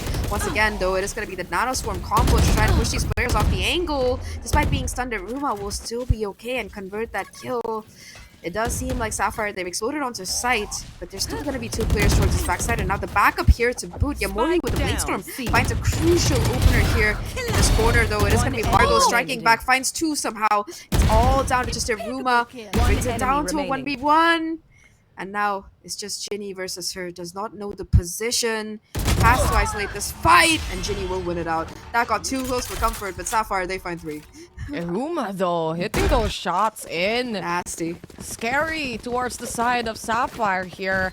And scarier, really, than game number 1. They're ready and willing to fight nowadays. And you can definitely see Gwen was ready for the trade, but again, angle isolation from Sapphire. They know they can't take the fights 1-to-1. And in the end, Ginny, knowing the positioning of the last remaining player here, gave the advantage towards Sapphire. 3-to-1 is the score. And look at this buy from Yamori. Really big investment on that operator, I would say, especially for an eco. I mean, it's a hero gun. Either it works out really well or you try to save it. I mean, if you don't save it, of course, your team is going to be in a super bad position. But I think that what they're hoping for is that kind of surprise factor, not expecting the buy to come through, and Mori is immediately rewarded for it. Beautiful first kill. Gwen as well, playing in a really ratty corner here. Might be able to find some timing if Margot isn't careful. Oh, in that close range, the Frenzy just shreds through here. 2 kills right now coming through for these players on Big Scythe. That's where the Frenzy shines, and they make it work. Big again with big shots coming in. Pistol round, but really going up against the guns here. Sapphire, Muffin to make a play here. Try to go down. Eruma just hitting the shots. Very crisp coming in from Big Scythe, knowing it was an eco round. 2-to-3. What a showing. Aside from that, they still have the operator as well. It worked out wonderfully for them. Yeah, they played that super well. They expected that aggression from Sapphire, banking on that eco, and now after that losing a round that they had no business really, it is going to be Sapphire calling for the timeout right now. 3-2, and so far this map, it's been very back and forth. A much stronger showing coming out of Big Scythe than I think almost anybody, including us, expected. They do have that experience in their team though. You know, both Gwen as well as Yamori, they've been around for a while. it's Big Scythe. It's the team. I think this team has been making it to Game Changers Elite in Yeah. 2021. You know, they weren't able to win it, but still they've been able to consistently qualify in a lot of these series, and it's impressive that they're still kicking. Not only that, it's the experience that counts as well. We know Gwen already from the previous VCTs or Game Changers as well. And aside from that, majority of the players that we see here in Open 1 are also very all familiar to us. And it just goes to show how APAC really, really diverse, I would say. If I'm not mistaken, Sapphire has like Thai, Vietnamese, Indonesian players, you know? And even no matter how much you change the world, there's still language barrier. But in the end, Asia Pacific truly rising here to the top. And so far, the scene just grows bigger and bigger. But making it smaller right now and focusing up to a challenge here is, again, Sapphire versus Big Scythe. Pistol round for Sapphire, Zach. Oh, what a shot from Miyamori. Quick reset coming in and her being able to get that kill. Just absolute phenomenal work coming out of her. Lau, though, gonna be a little bit low on HP, so can't quite afford to take these aggressive peaks. Again, gonna be instead playing sort of from a back line. Hero rifle on Ginny, but aside from that, not much else left in the tank. And in the meantime, Iruma confirms that kill on Trike, who was going for a little bit of the lurk right now. Yamori still with this operator. Expects the position of these two players towards short. It's gonna be a coming out any second. Yamori with another kill. Still kicking, still alive. Not able to get that third one quite yet, though, for the side of Sapphire. At least it's only going to be these two players remaining to find some value somehow. Like the usage of utilities here. You can see, truly, they want to delay. Again, caught off guard. Ginny, though, still managed to survive. Red taking a pick onto a main. This just leaves Ginny alone. Flawless round from Big Scythe. Exactly what they need right now, Zach. And so far, along the days, or rather along the rounds we're looking at, they're getting just better and better. Indeed, that's going to be the case. Yamori as well, now that she's gotten her hands on this operator, looking so much more comfortable on this defense half here. Great rounds coming out of Big Scythe so far as they equalize 3-3. For Sapphire, though, this is going to be the round that they have the greatest chance to win because they have so many ultimates just ready to go. That Rolling Thunder as well as that Cosmic Divide available for play. We might be seeing a quick C execute coming in off the back of that. But anyway, once again, Yamori towards mid, trying to possibly see if anyone's going to be missing out their timings and dry peeking into the operator. Not going to be the case, though, as it is going to be a quick push through Garage towards the seaside. Nano Swarms, though, got to be cooking. Muffin alive. The dash available, though, will be keeping her alive at the very least. So look at how low she's gotten here, Terror. So much damage from all those utility plays that was given here by Iruma. But yet again, the Hunter's Fury killing Jenny here. At least making things a little bit uneven. With the aftershock, this would reposition Trike out. And it's gonna be a kill yet again from Crescent. Muffin, though, a spray down from her. What a spray transfer from Iruma. And still not yet over, though. Rolling Thunder being used. And she still managed to pick up on the kill here. Much really helping out the rest of the team and securing the defuse of the spike. Lovely retake coming out of Big Scythe there in particular. Just Gwen being able to put down that Hunter's Fury and find immediate value. Phenomenal work. Exactly what you'd expect to see from an experienced player. I think Gwen was also on that old Nigma Galaxy roster. So definitely, I think one of the leaders for the side of Big Scythe. And Crescent's, of course, really good utility usage. I think that we talked about the importance of that breach here on this particular map. And you can see exactly why both Polly and Crescent's being able to put up a show so far. But right now, Sapphire, they're on that back foot. Still have some ults to work with, but on the opposite side, Big Scythe, so today they have that lockdown as well as that Rolling Thunder and that Cosmic Divide available. Weapon advantage still firmly in their favor. Operator as well, still gonna be online from Yamori, pushing out aggressively despite the smoke here. Misses the shot though, unfortunately, so that is gonna be that. Missed shots means repositioning, but again, Muffin ready to pressure and really put a lot of stress on a side here. But yet again, the shots are missing here, Zach. Only one connects. That's Polly getting the kill, but Crescent ready to take on the trade. Polly and Ginny to go down. That easy for Big Scythe to take on a side here. Again, very important to hit those shots, no matter what economy, no matter what utility. It's still a 5v5. Aim duels, though, not being win by SPH. Yeah, just a little bit unfortunate there. However, I think their economy at this point is doing quite well enough for them to be able to buy up that operator onto Yamori once again. Really good stuff coming out of them. Just the fact that they're able to take these peaks with so much more confidence and shut things down.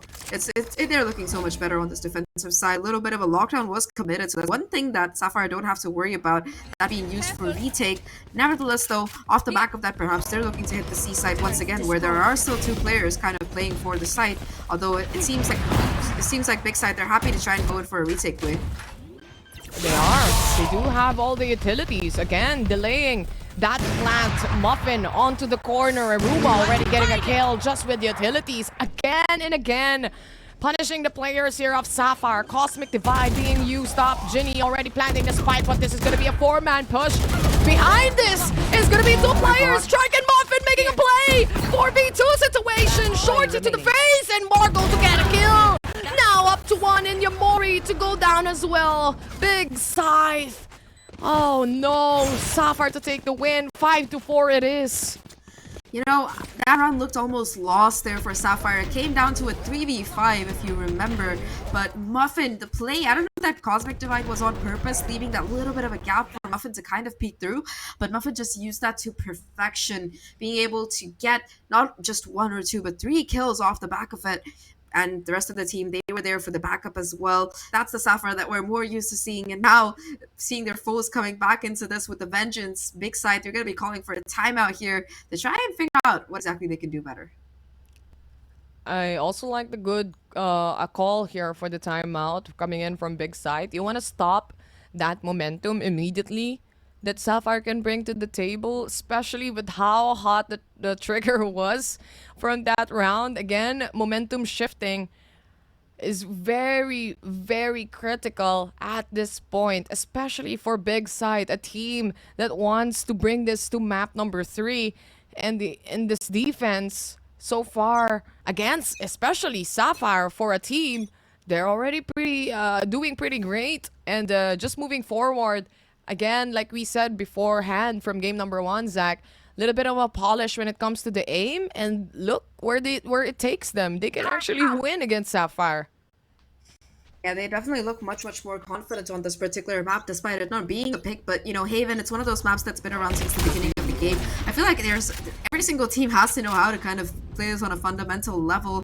And right now, so far, Big Side, they still do have that lead. Yamori, once again, being able to invest in that operator is huge despite losing that particular round. However, though, that doesn't leave much more in the tank for her, especially when it comes to a buy. We'll be having that Blaze Storm to try and counter with if it's needed in a rough spot. For the side of the Sapphire, though, they do have quite a bit to work with here. The lockdown's still going to be online for Trike, as well as Muffin on the opposite side with the Blade Storm of her own if necessary, looking to get some aggression towards A. In fact, there's going to be 3 players that are held off the rotation because of her showing her presence here. The spike itself is dropped in the open, but the rest of the time, it's just going to be Sapphire going for this default, seeing what they can find. Gwendol spotting Muffin here.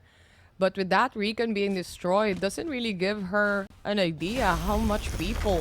But honestly, this is just a fake. This is just to give a distraction. It's gonna be a C hit, and it's gonna be only 1 person on C. That's Aruma going down, and already that opens up the site. The diversion that Sapphire prepared onto A worked out perfectly, and even Trike is just waiting patiently onto Garage here. It's just a matter of holding down the fort when it comes to this post land. No one checked on the corner. It's gonna be Trike getting the kill. And of course, Margot to shuffle things up. Gwendo going out of the backside here. 2v1 situation. Yamori, it's all up to her. Polly making some plays here. G and Polly. Crossfire. Into the smoke. Yamori tries to survive. And so far, she's still not sure. Polly from behind onto the updraft. Still looking to find a kill, but it's not gonna happen. Sapphire to take it away. I really like that execute that they had on the T side. You talked about the faking part, but, you know, just breaking down how they went for the site, right? They knew that towards that backside angle was where Aruma likes to play. They come at the aftershock, even though that smoke nebula comes down, to try and help Aruma get out of that side. They spray it down, a little bit of concussion as well to keep her from really getting away. And off the back of that killjoy utility being taken down, it's just a free side for them. Post plan for the side of Sapphire has looked fantastic so far, especially when the numbers are even. I think that's the kind of question that Big Side really have to answer. Because if it comes down to holding down the site, they've been doing a decent job. But when it comes to the retakes, they've just been struggling. Good play here, though, coming in from Sapphire to think about it. Of course, you see the duelists. You expect they might take A. They triple stacked, but didn't work out in their favor, honestly. Good diversion here. Sapphire pulling out another on the strategy book, but look at Yamori with a triple kill onto the blades. The heads just popping off, maybe even a fourth. Going for the ace right now, fighting for her life, and that's gonna be the ace. Yamori going big. Last round. I like how every time it's Big Scythe, we can just make all of these big puns coming out, but that just definitely deserves it. Big play coming out of Yamori. They're just precision. Each shot being taken down one by one. Not afraid either. Being set up by her breach, just go for it. And unfortunately, it's gonna be the right click to close things off. You don't need blades after that. It's okay. But huge round coming out of Yamori. It seemed like Sapphire, they weren't ready for that aggression to be coming at them right off the bat. They weren't ready for that dry peek out of Yamori, and they pay for it with all of their lives. The confidence is just really showing towards Yamori here. Even on map 1 a while ago, the way she wide peeks an operator and still managed to get the shot in. Phenomenal as a player here. Again, Big Scythe making big plays so far. 6-5 is the score, and seems like Sapphire ready to change the pacing yet again for this round. Already going and gathering on A here, preparing already for that pulse plan. Killjoy really taking care of the flank as well. But the Hunter's Fury, this will delay things for the side of Sapphire. Iruma and Crescents though, 2-1 trade here. Ginny?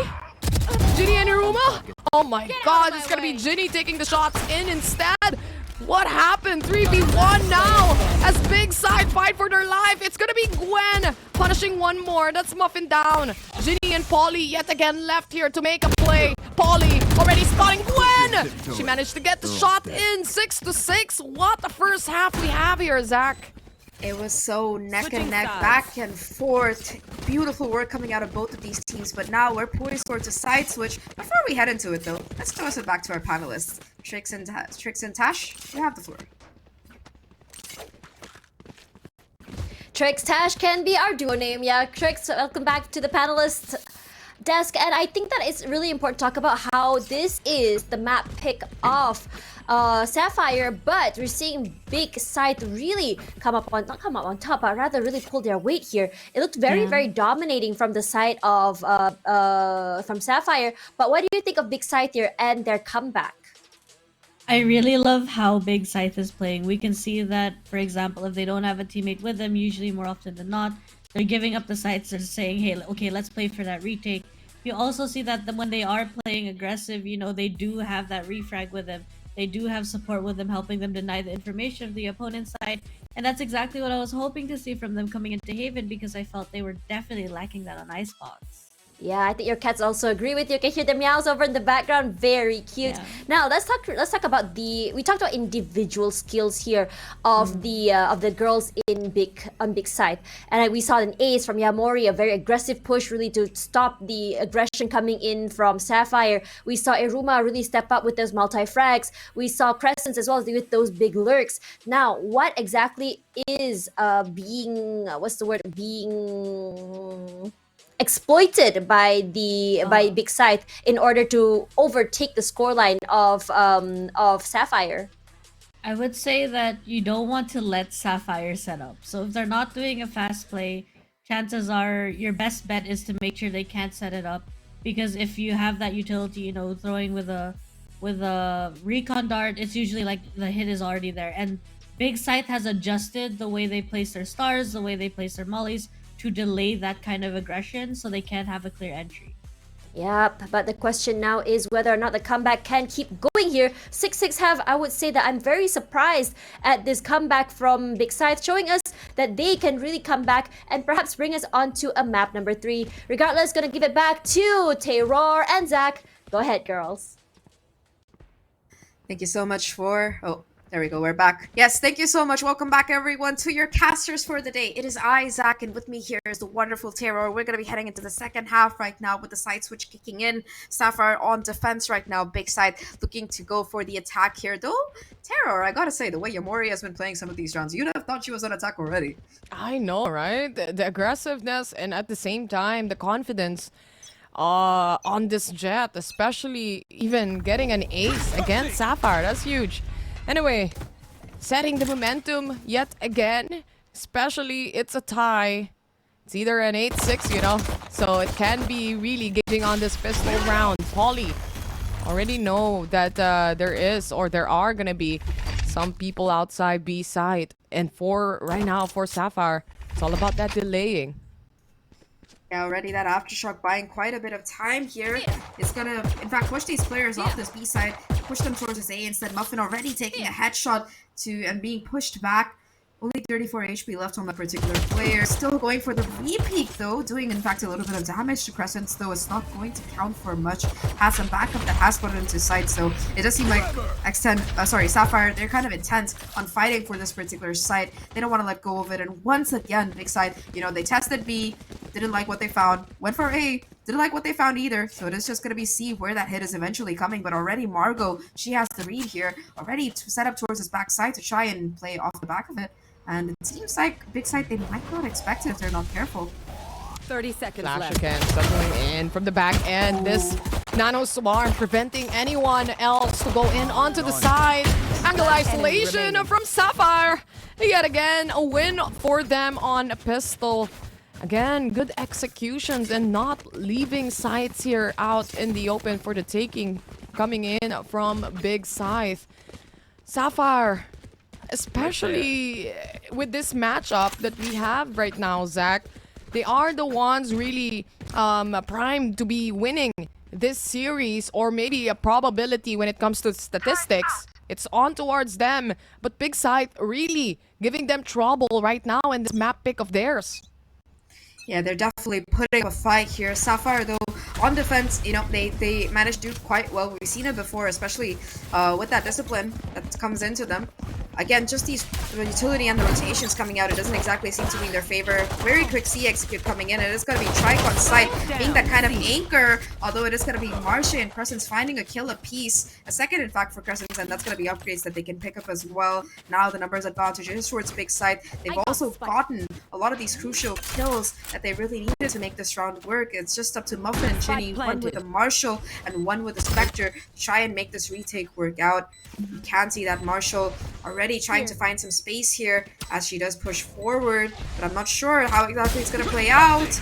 That shot gets missed, and now the information is going to be unfortunately there through the smoke. It is going to be Crescent's finding that kill, and it's Thrifty for Big Side. Like you mentioned, absolutely great performance coming out of them, and Crescent's was the hero of that round at 3K for the breach.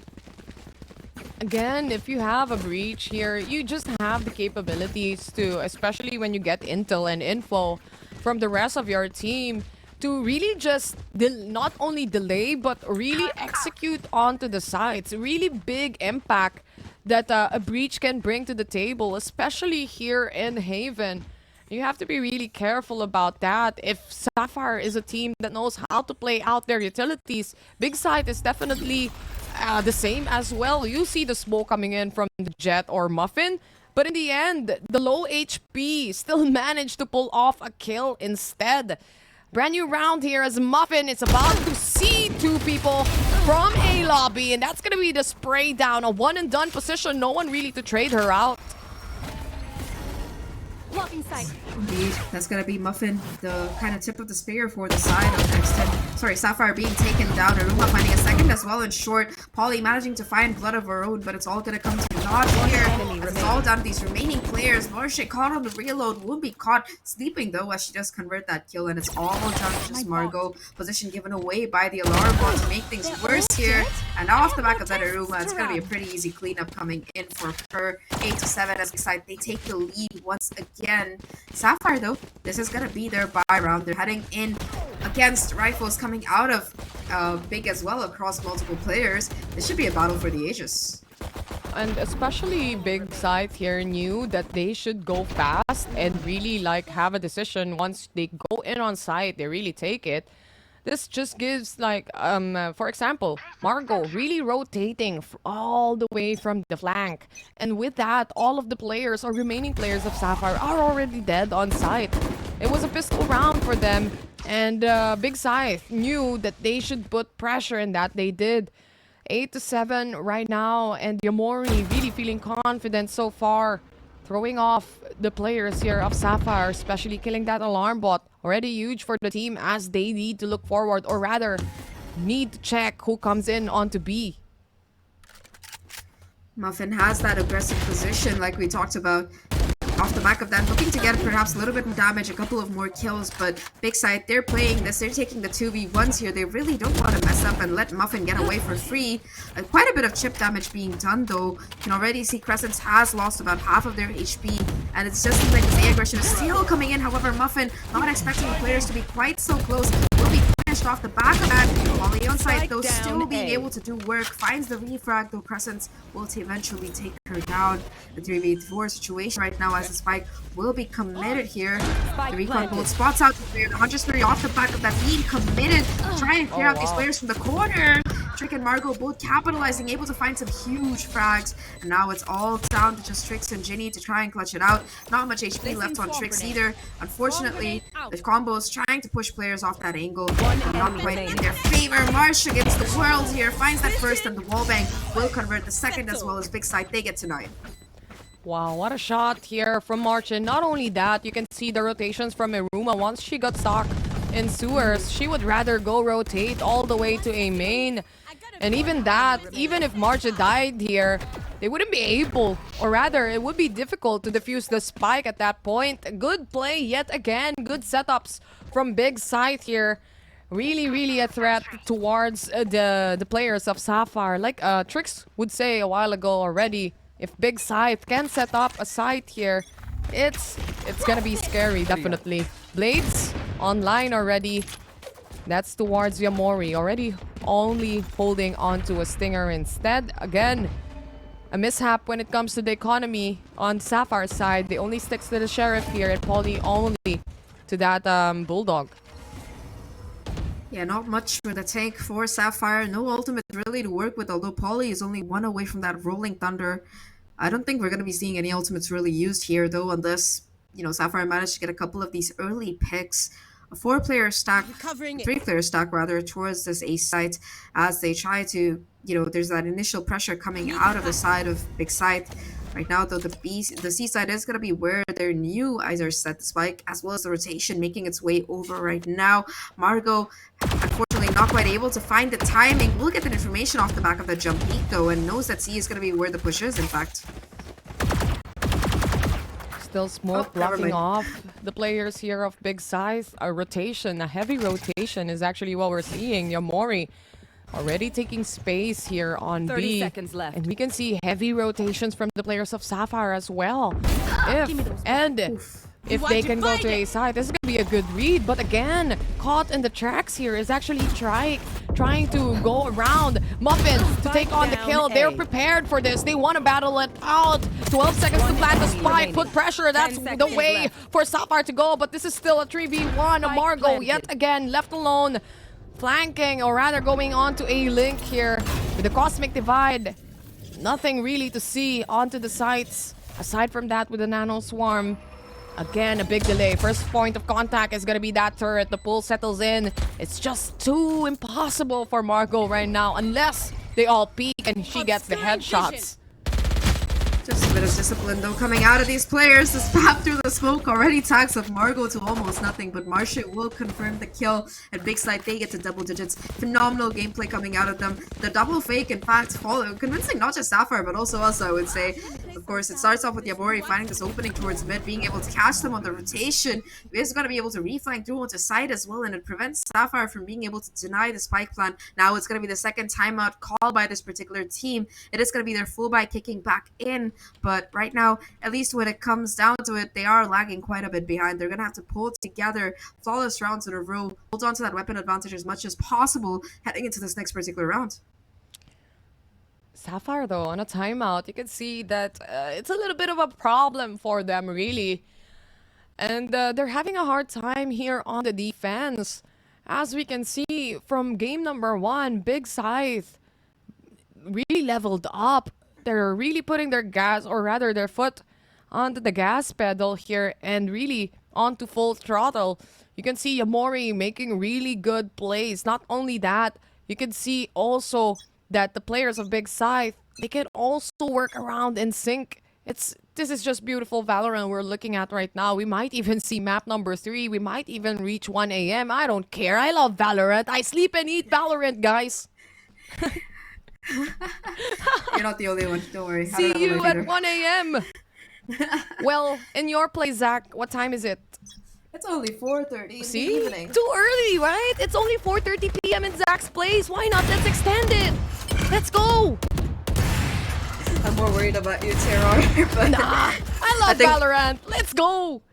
I think Big Side, I've heard your wish and your prayer. They are looking to extend this to map number 3 if they have their way. Muffin, though, once again, not afraid to get aggressive here. Going for this head-to-head peak. Big Side not really looking to encourage that possibility. Worry, though, with that operator, will be able to connect a beautiful kill there, and that's first blood. Once again, kicking in for Big Side. Having Muffin taken out like this time and time again towards that ace side, it's just hurting the side of Sapphire so much because they're really not able to make these retakes work with the number disadvantage. Right now, though, it is going to be this B side where that spike is committed. Alarm bot will give some information away, but the spam won't really connect. And right now, there's already going to be a lurk as well coming in on this A side. Ginny, though, might find the timing. The draw, or rather the alarm bot, was off. The flank might work out. Look at this, though. Margot fighting for her life. A triple peak from the players of Big here. Polly and Ginny. Really the double trouble of the rest of the team. Iruma already on site here. Angle isolation. One is vulnerable. They can do a sandwich play here. Trying to go down. Is all up to Ginny, and she also goes down and falter. She made it a 1v1 situation. You can see the stress onto her face, but this is now 11-7. Tash is excited, she says. She wants map 3. Tash is always excited, and I can't blame her. This is a fantastic Valorant coming out of Big Scythe here. Really gorgeous work. They go for that garage control, get that pick, and of course, I think the moment where this round really turned around was unfortunately that whiff that we saw coming out of Trike there in garage. If she'd been able to get at least 1 kill, it would have made the difference maker, but she sees 3 people, goes for a little bit of a panic spray, and well, panic sprays on the Vandal never do well. Take it from someone who has a lot of experience. Right now, though, it does seem like Sapphire, they have enough of them for 1 more buy here. Jenny also has the Hunter's Fury after that beautiful 4K that came out of her. But once again, after this early pressure towards the C side, it does seem like Big Side, they're kind of weighing their options before deciding where they want to commit the spike. Oh my god, Muffin, how do you get here so fast? Every time, man. Maybe from the shadows is now in Jet's hands. I don't know, but she managed to get here. But yet, a good decision coming in from Big Side. The pressure is on. She managed to pull up 1 kill, but that's all she gets. Of the pull coming in from the Astra a little bit too late already. Again, you just have to expect that they're all gonna come close together. Before Muffin and Yamori both have been taken out, so no more operator gonna be online for Gang Big Side here. They are gonna be forced to put down this lockdown immediately. Ochini is gonna be ready with that Hunter's Fury to counter it. Remember, with that lockdown buff coming in, it takes all 3 strikes of that Hunter's Fury to be able to break it. In the meantime, Crescent's looking to go in for a little bit of a lurk. Will be in fact spotted out by Trix, and now they know this B side. It looks to be a very likely possibility for an execute.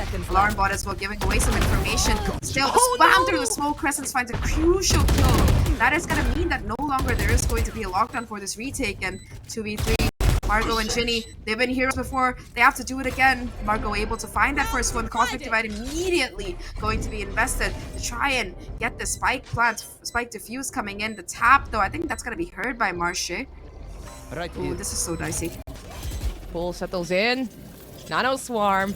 Margot, though. This Nano Swarm doesn't hit. It might be the round for Sapphire. There you go. They finally get it back with the help of the Cosmic Divide. Big Side wanted to play it with utilities, but in the end, Sapphire outplaying them instead. Oh man, this game. You see that Big Side, the adjustments they make here, Zach, they know that Sapphire is a team that disrespects smoke. The pre-fires here are just phenomenally placed perfectly for them as well to take. For sure, and of course, Big Scythe, they might have lost that round, but they're still in this fight, have that 3-round lead, and also the economy to try and work with. While for the side of Sapphire, every round they've been losing more and more here. Muffin this time, once again, decides to get aggressive towards short instead, immediately rewarded with the kill, and that's a pick onto Aruma as well. No more Killjoy utility going to be available right now. The flash peek is too much for the side of Yamori to deal with. 3 for Muffin already. This is the Muffin we know and love. She's on fire right now. She says, Yamori, if you can frag out, I can do just as good, if not better. And just like that, gets 3 kills without dropping any damage, without taking any damage at all. Whew. The aggressiveness finally pays off. She's been very aggressive on the defense here for so many times and so many rounds.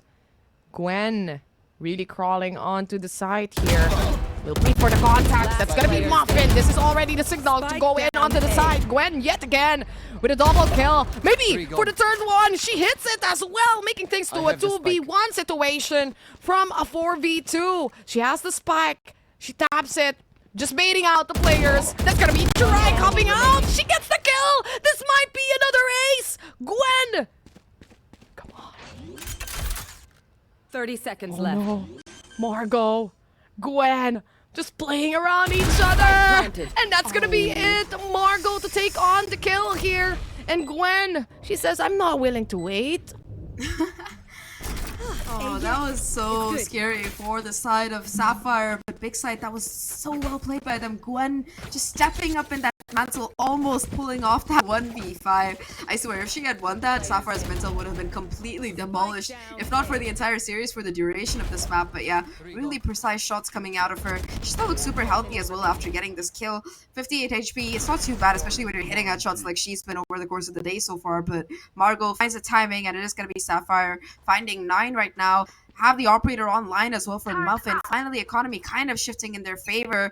If they can win this one, it's going to break the bank for the side of Big Scythe. Exactly, break the bank. That's the plan anyway for Big Scythe and for Sapphire right now. Again, You want your fight? Margot is gonna get stunned here. She wasn't spotted out. No one to check on the corner. And no one to take the trade rather. Especially there was a nano swarm stopping them to their toes. Now they have to go back. Cosmic Divide being set upon them. They're already onto the sides here. They have the Rolling Thunder, but look at this Margot from behind. Outplaying the players of Big Scythe. 5v1. Now it's all up to Aruma. 1v5 now. Gwen almost pulls it off. Let's see what our resident Killjoy has in her. Going for the first peek immediately, though. It's going to be a Killjoy diff coming out, shutting it down in a flawless defense for Sapphire off the back of some huge plays coming out of Margot there.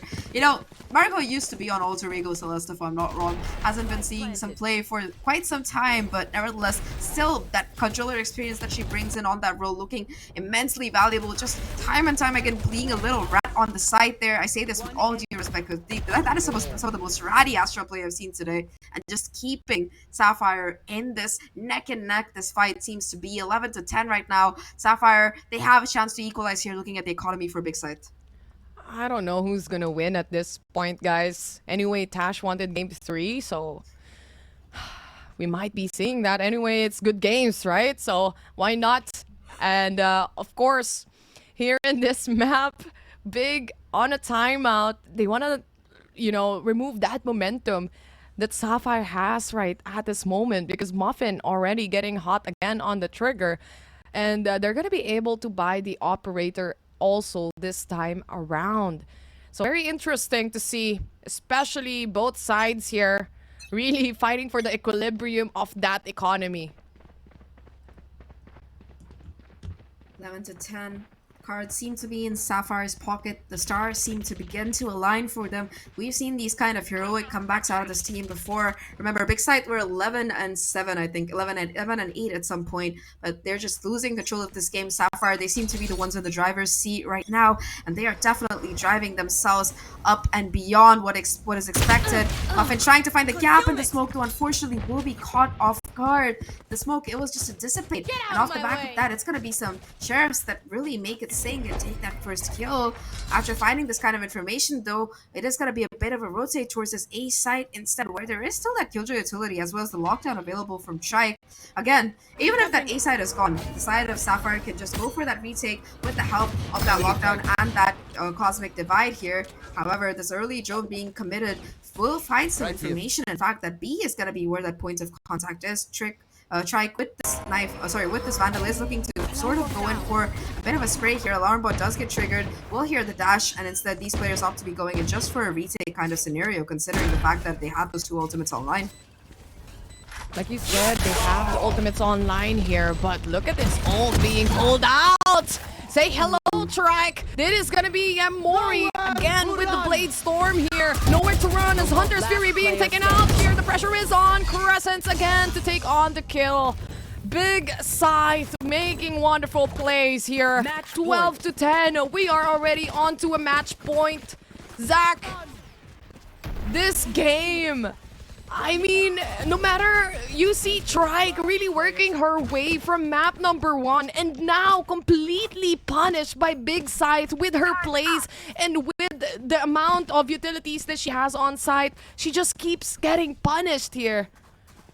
Yeah, I think that perhaps Big Scythe have heard exactly what Tash had to say. They're like, okay, Tash, we got you. We're taking you to map 3. They listen to Tash. They don't listen to us. They don't listen to us. They listen to our panelists only. But jokes apart, either way, a beautiful round coming out of the side of Big Scythe. Sapphire still have the economy to buy up that operator again, though that first shot from Muffin, it's not going to connect. Now they know where exactly it's going to be positioned. Seems like they still want to go in for a bit of a push here, though. They do have they have no ultimates to work with, but still these rifles on board might be the difference maker here. Look at how Sapphire is holding onto the site, though. It's going to be 3 players just holding it down, not willing to give up the space or compromise. Muffin still holding down the pivotal angle towards short. All they have to do is just keep control, because Margot across the map has already walked into C Cubby here. If you don't check your corners, you're going to be punished. It is going to be Aruma, though, still getting the flick of a lifetime, taking down Margot. Huge kill there. And off the back of that, it is once again going to be this defense coming out of Sapphire, looking just a little bit difficult. Again, the aggressive defense here really not paying off so far from Sapphire.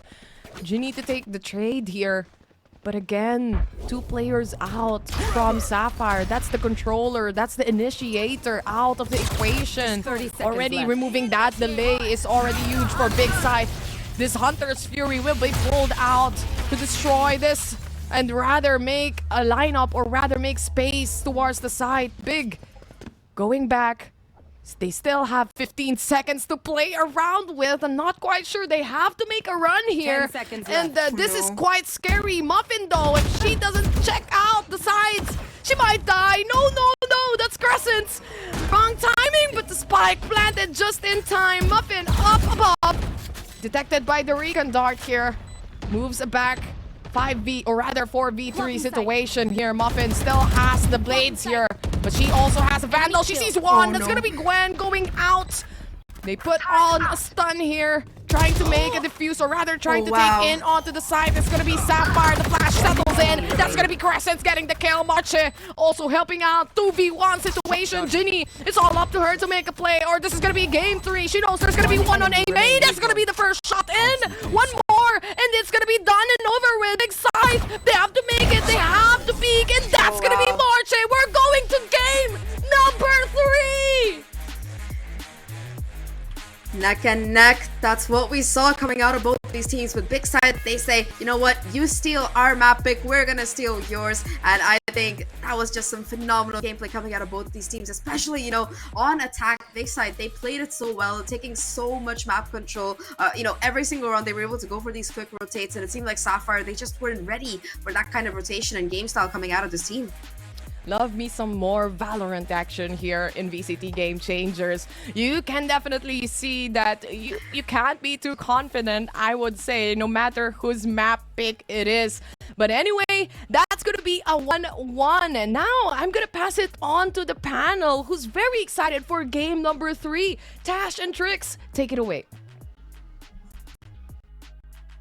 Thanks very much, Taylor and Zach. I have to say, I love Valorant. Love me some map 3 here all the way till the late night. And it just really shows how much Big Scythe really wants this. Despite the fact they are actually up against Sapphire's map pick, they step up, they just really show us tenacity and just chain round after round after round. So let's really break down what exactly happened here. On the first half, a very strong start by Sapphire, and then it seemed like Big Scythe, oh my god, I am getting their names. Big Scythe was able to come back and bring us to a 6-6, and then suddenly it was just full speed ahead for Big Scythe. What is going on? I think definitely we saw that Muffin was trying to take that aggression, as we talked about, the same kind of aggression that Big actually was taking themselves. But the difference with Muffin's aggression was that she was more often than not caught alone. We saw the one time that she had support from Ginny and support from Polly that she was really able to get those frags. But it's always the deciding factor of when you're up against teams that are playing like a team, you cannot be out there alone anymore. And Big Scythe was punishing the positioning of Muffin, denying the information of Trike, and just constantly making Sapphire 7 second guess themselves. Because when they couldn't push up to get control in that map for early information and advantage in terms of the rotations, what ended up happening is Big just keeps getting Sapphire running left and right. Yeah, speaking of that, running left and right, Big Scythe showing us a very strong showing here. 15 first kills and 1 thrifty, really showing us that they can really come back online and really slam it back to Sapphire just as how crazy they did on map number 1. Now coming into this map in particular, I feel like for both teams, it's as though both teams had done their homework, really tried understanding why exactly each map pick was picked, and in a way sort of how the turntables, I win your map pick, you win mine, is definitely not the first time we've seen this happen before. So in this situation, it felt like, yes, in the beginning it was Polly, it was Margot, it was Muffin, it was Trick with those multi-frags, but then suddenly you start seeing Eruma start coming online with these very nasty angles. You start seeing Yamori just go really big with those aces. I think also on top of that, I want to point out that the biggest difference in terms of the defender side on Big was that Big was able to adjust to the utility of Sapphire. But it seemed that Sapphire hadn't gotten a hold yet of what Big were doing themselves. We saw that Big was changing up the smokes when they were on defender. Again, something that we don't really see often on Sapphire's side. They tried to go for those aggressive plays, but we also saw that was backfiring on them. Yamari, with this ace in particular though, it was so good.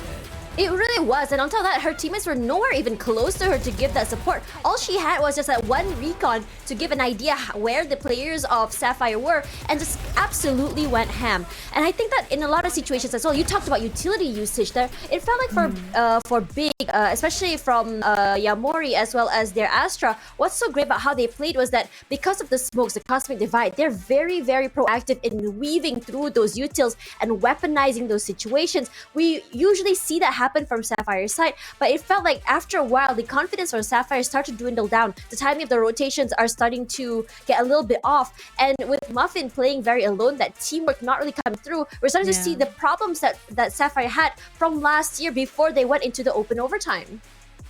Yeah, I definitely think it's one of those things where when you're about to win, a lot of teams tend to go a little more defensive. They get a little concerned. But that's the kind of thing I don't want teams to be focused on, or I don't want teams to rely on, is that when it comes down to it, if it's your map pick, you won quite decisively on the first map. Don't be too cautious, but don't be too courageous as well. There has to be a fine in between there. And it's that kind of management that I feel, Sapphire didn't really have. Big Scythe went in there saying it's all or nothing. It's either they win this or they're out. So Sapphire comes in saying, well, we won the first map, but they really needed to close it out. And now is the time that they're going to have to close it out. Yeah, speaking of closeout, we are going to be taking a quick break. After this, we're going to go to map number 3. And this is going to be super exciting because whether or not, we'll see which team, the defending champions of Asia Pacific, go home, or will they continue the story and or will they be overtaken by Big Scythe?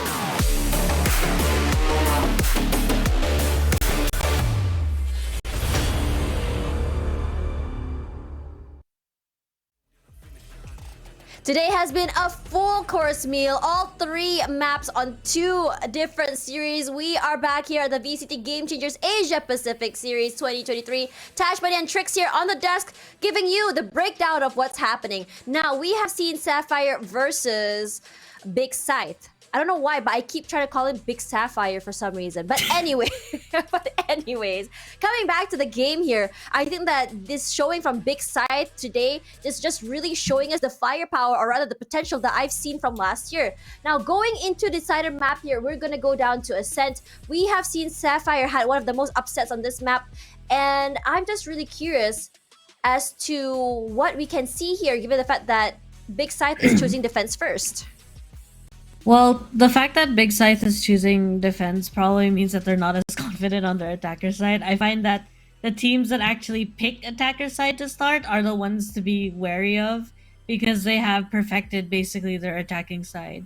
So coming in again, as I said in Haven, it really depended on Big Scythe starting to pace the map themselves, deciding how the map is going to go. And I feel that a lot of teams that start on defender side are reliant on, you know, being able to do those retakes, being able to delay and get that information. And Big Scythe, as Eliza pointed out, is just really, you know, putting their foot on the gas pedal. So right now, it's about them trying to close it out against Sapphire, playing confident enough, getting information. Yeah, now remember, we had this conversation last year during VCT APAC. And you were telling me how each part of the map was sort of like a puzzle piece. And we talked about how taking space and holding it has been one of the, I would say, the main recipes of success for Sapphire. Yet on Haven, they weren't able to hold it. And it was because of this, I would say, miscommunication, misplays, as well as mistimings. Now, when it comes to the speed brought in by Big Scythe, do you think this momentum would kind of snowball them into this map in particular, given the fact that they are on defense first? I'm wary to say yes to that, because I felt that the reason, you know, the fact that they would just run places and really pull the rotation was helpful on Haven because there are 3 sites. You know, the rotation all the way from A, they move the players all the way to C, and because there's denying of information, they can't actually see where the opponents are, they just run back to A and the entire site is clear. So it's these kinds of things that I feel were very helpful to Big, in the fact that the map was so big, Sapphire stopped taking a lot of presence on the map, a lot of pressure on the map. Right here, again, I want Big to be able to adjust to the information that Sapphire is going to try to take.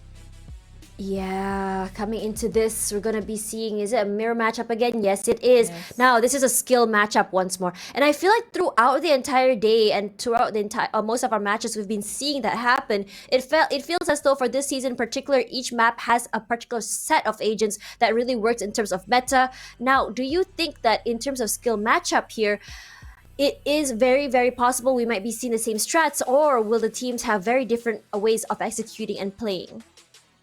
I think that the teams have very different ways of execution. I think that Big Scythe takes a little more of like altogether, while Sapphire tries to take the denying the information and then the push after the setup is prepared, so their cooldowns are up. So it really depends on both teams on how they react to that kind of play and how to counter the kind of aggression and map control that both teams are going to be going for. All right, here comes the main question of the day. Who is going home and who is going to go forward? The champions that went to Berlin, or the newer team that showed potential last season? Gonna pass it over to our casters, Taylor as well as Zach. Take it away, ladies. Welcome back to the next day of Game Changers. Not kidding. 11:51 is the time check, ladies and gents. Everyone who's watching right now, time to get your pancit canton, your indomie, your laksa, your pho, your Maggi, your mama noodles, because it's finally time for the last map of the day. Sapphire versus Big Scythe. Man, Zach. I miss Maggie. You've caused me some real throwbacks to when I would be up watching whatever Valorant would be happening at 3 in the morning and go make some Maggi to eat because I was too lazy to cook any actual food. But yes, like you mentioned, Tyra, it is going to be the last game of the day. However it goes, it's going to come down to whether the experienced people who have represented APAC at Berlin will be making it through, or will it be the new contenders who have so far proved that they're more than willing to kind of go up against the powerhouse that is Sapphire, taking it home. Like Trick said though, on attack it is going to be Sapphire starting things off here already. You can see Muffin taking up so much space, getting that A lobby control, and now that they know that the Skilltrade turret is no longer going to be a factor, they're just going to be willing to run it in, especially with those smokes coming down. Ooh, that's a nasty top. Gwen though, just throwing in some shock darts here and there. Maybe it connects, but none at all towards Sapphire here. As Polly plants the spike, at least for Sapphire. The only problem right now is really preparing for that post plant, while Big Scythe looks like it's gonna be a big flank. It's a triple man on to B main for this retake, and of course it all starts with the setup coming in from Dasher on market. Yamori, good shot here. Muffin to clear out again. Be cleared out that angle. This just gives space towards Big Scythe, but Aftershock again being out of place. That's gonna be Sapphire out and away. Round number 1, Big Scythe here really taking the momentum from map number 2. Super well played. That retake setup that they went for, you could immediately see Gwen just backing off, gets that early info, tries to do some shock dart damage, but immediately it's gonna be, yes, I see that evil laugh, but yeah, Gwen backs away, and the 3-person flank, like you mentioned, just huge work coming out, because Margot, if she goes down, the position that's being held by Muffin is sort of unholdable, and after that, just that kind of sweeping from both sides, towards stairs and lanes, Sapphire couldn't hold up against the onslaught. They still get the plant, but off the back of that, it looks like they're going to be just playing it a bit conservatively. You do see some sheriffs online, but just pistols across the board overall. And for Big Side, that's going to be a big buy. The dominoes just really really showed the crack here, especially once B main was cleared a while ago. And now it's gonna be Big Side on the advantage. Again, they have the Spectres here for the spray downs, but for Big Scythe, they are on a defense as well. No need to peek, but so far for Sapphire, B is really free for the taking here. They're really giving it out for Sapphire to take. They want to make that 5-man retake happen. Yeah, they are armed with the guns to do so as well. The spike itself, though, it hasn't gone down yet. And in the meantime, the remainder of the players from Big, they're going to be able to take this mid-pressure. Already finding 2 kills right now. The spike off the back of it as well. And even if the side of Sapphire, they have the sight, they don't have the spike, and they're not going to be able to get it down. All 4 players from the side of Big Side, they're going to be positioned right on top of it. And you see that early kind of play coming in. The flash, though, is perfect. And it is going to be 2 kills coming through for Big. It's all down to just Strike here. Able to do so much damage already. 2 players super low. Strike herself, though, isn't going to have much to work with. And it is going to be the round converting for the side of Big Side. They lose, I think, 1 Spectre in the process, which is not too bad. They're still going to be having some stuff to work with in this eco round. But Strike, after those frags, only 1 off of that lockdown. Considering this is a defense anyway, and the thing they have to do is wait onto the side, at least alleviating that kind of problem we are talking about. For Sapphire, though, this pistol round given away to Big Side yet again. And when we look at the buys here, we are seeing half armors on, but they do have the Vandals and the Phantoms. And when it comes to utilities, Strike is just 1 orb away for that lockdown as well. She can pick up an orb here or maybe get even a kill. Just gonna be spam coming through though right now as Sapphire, they try to take this mid-pressure control early on. Just gonna be that Astra position, but that smoke from Muffin will let them pass through. Still though, Muffin with the dash activated, looking to find an early pick before they can get that bike down, because so far in these 5v5 situations, Sapphire, they haven't been able to do too well here. Once again, it is going to be Gwen, position towards the city, will be pushed off, but off the back of the utility, and the remainder players from the side of this Big Side, they're looking to go in for some quick control again. This position though being held by Ginny, absolutely nasty, finding 2 kills already, looking for more towards mid. Will only get a headshot before being taken down, and that's a Phantom that can be retrieved. Very cheeky positions coming in from Ginny right here. Margot, though, already ready to take the sides, especially they have the plant or rather the spike planted here for V3 situation. This is the bonus of Big Scythe. If they can get kills, at least make it really troublesome for Sapphire's buy here. But again, this is gonna be the fault line. The swing from Gwen! She managed to connect one shot in, but caught off guard. That's gonna be Crescents doing a blind. Machido not gonna let them go alive and safe and well. Look at the damage done here, Zach. 4 kills on the Big Scythe on their bonus round. Yeah, they didn't even invest anything considerable in it. They managed to take these rifles off board. I think that was the battle plan coming out of these remaining players. You saw they were just holding towards Market and CT, not willing to let the side of Sapphire really save these guns. And it worked out great for them, because at the end of it, it was only Muffin able to get away. Great round coming out of Big Scythe. They might have lost the battle, but they're looking really good in the war so far.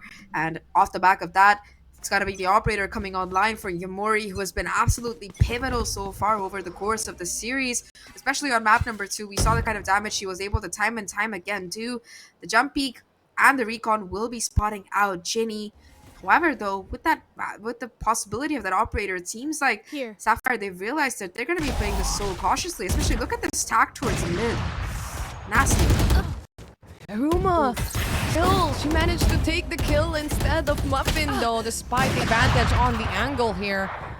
5v4. There's still an operator in play in the hands of Yamori. Aside from that, even if someone goes or rather pushes her, there's a breach waiting patiently to help her out. Aruma, though, blocked off by this smoke. She doesn't know someone is crawling. That's actually Trike that might catch her off guard here if they don't check corners, but Crescent finding a pickoff in another side of the map. They're already planting the spike here. Zach Trike, 8 HP remaining for her. She managed to take double here with help of that gravity well. Yamori to answer back. Trike with a triple kill. 8 HP and a dream, and the dream is working. Yamori, the only player alive here for Big Scythe.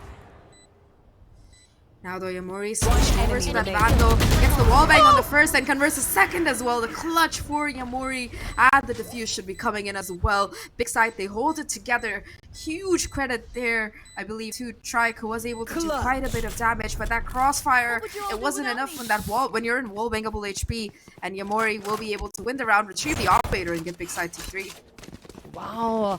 The more rounds we see, the more cleaner Big Scythe gets here. But at the same time, Trike with the triple kill, how can she get away with this? 8 HP remaining onto her since a while ago, and it took some time before they actually managed to get the kill onto Trike. Little deadly here towards Big Scythe, but they still managed to make it work. And this time around, Eco for Sapphire is what we see.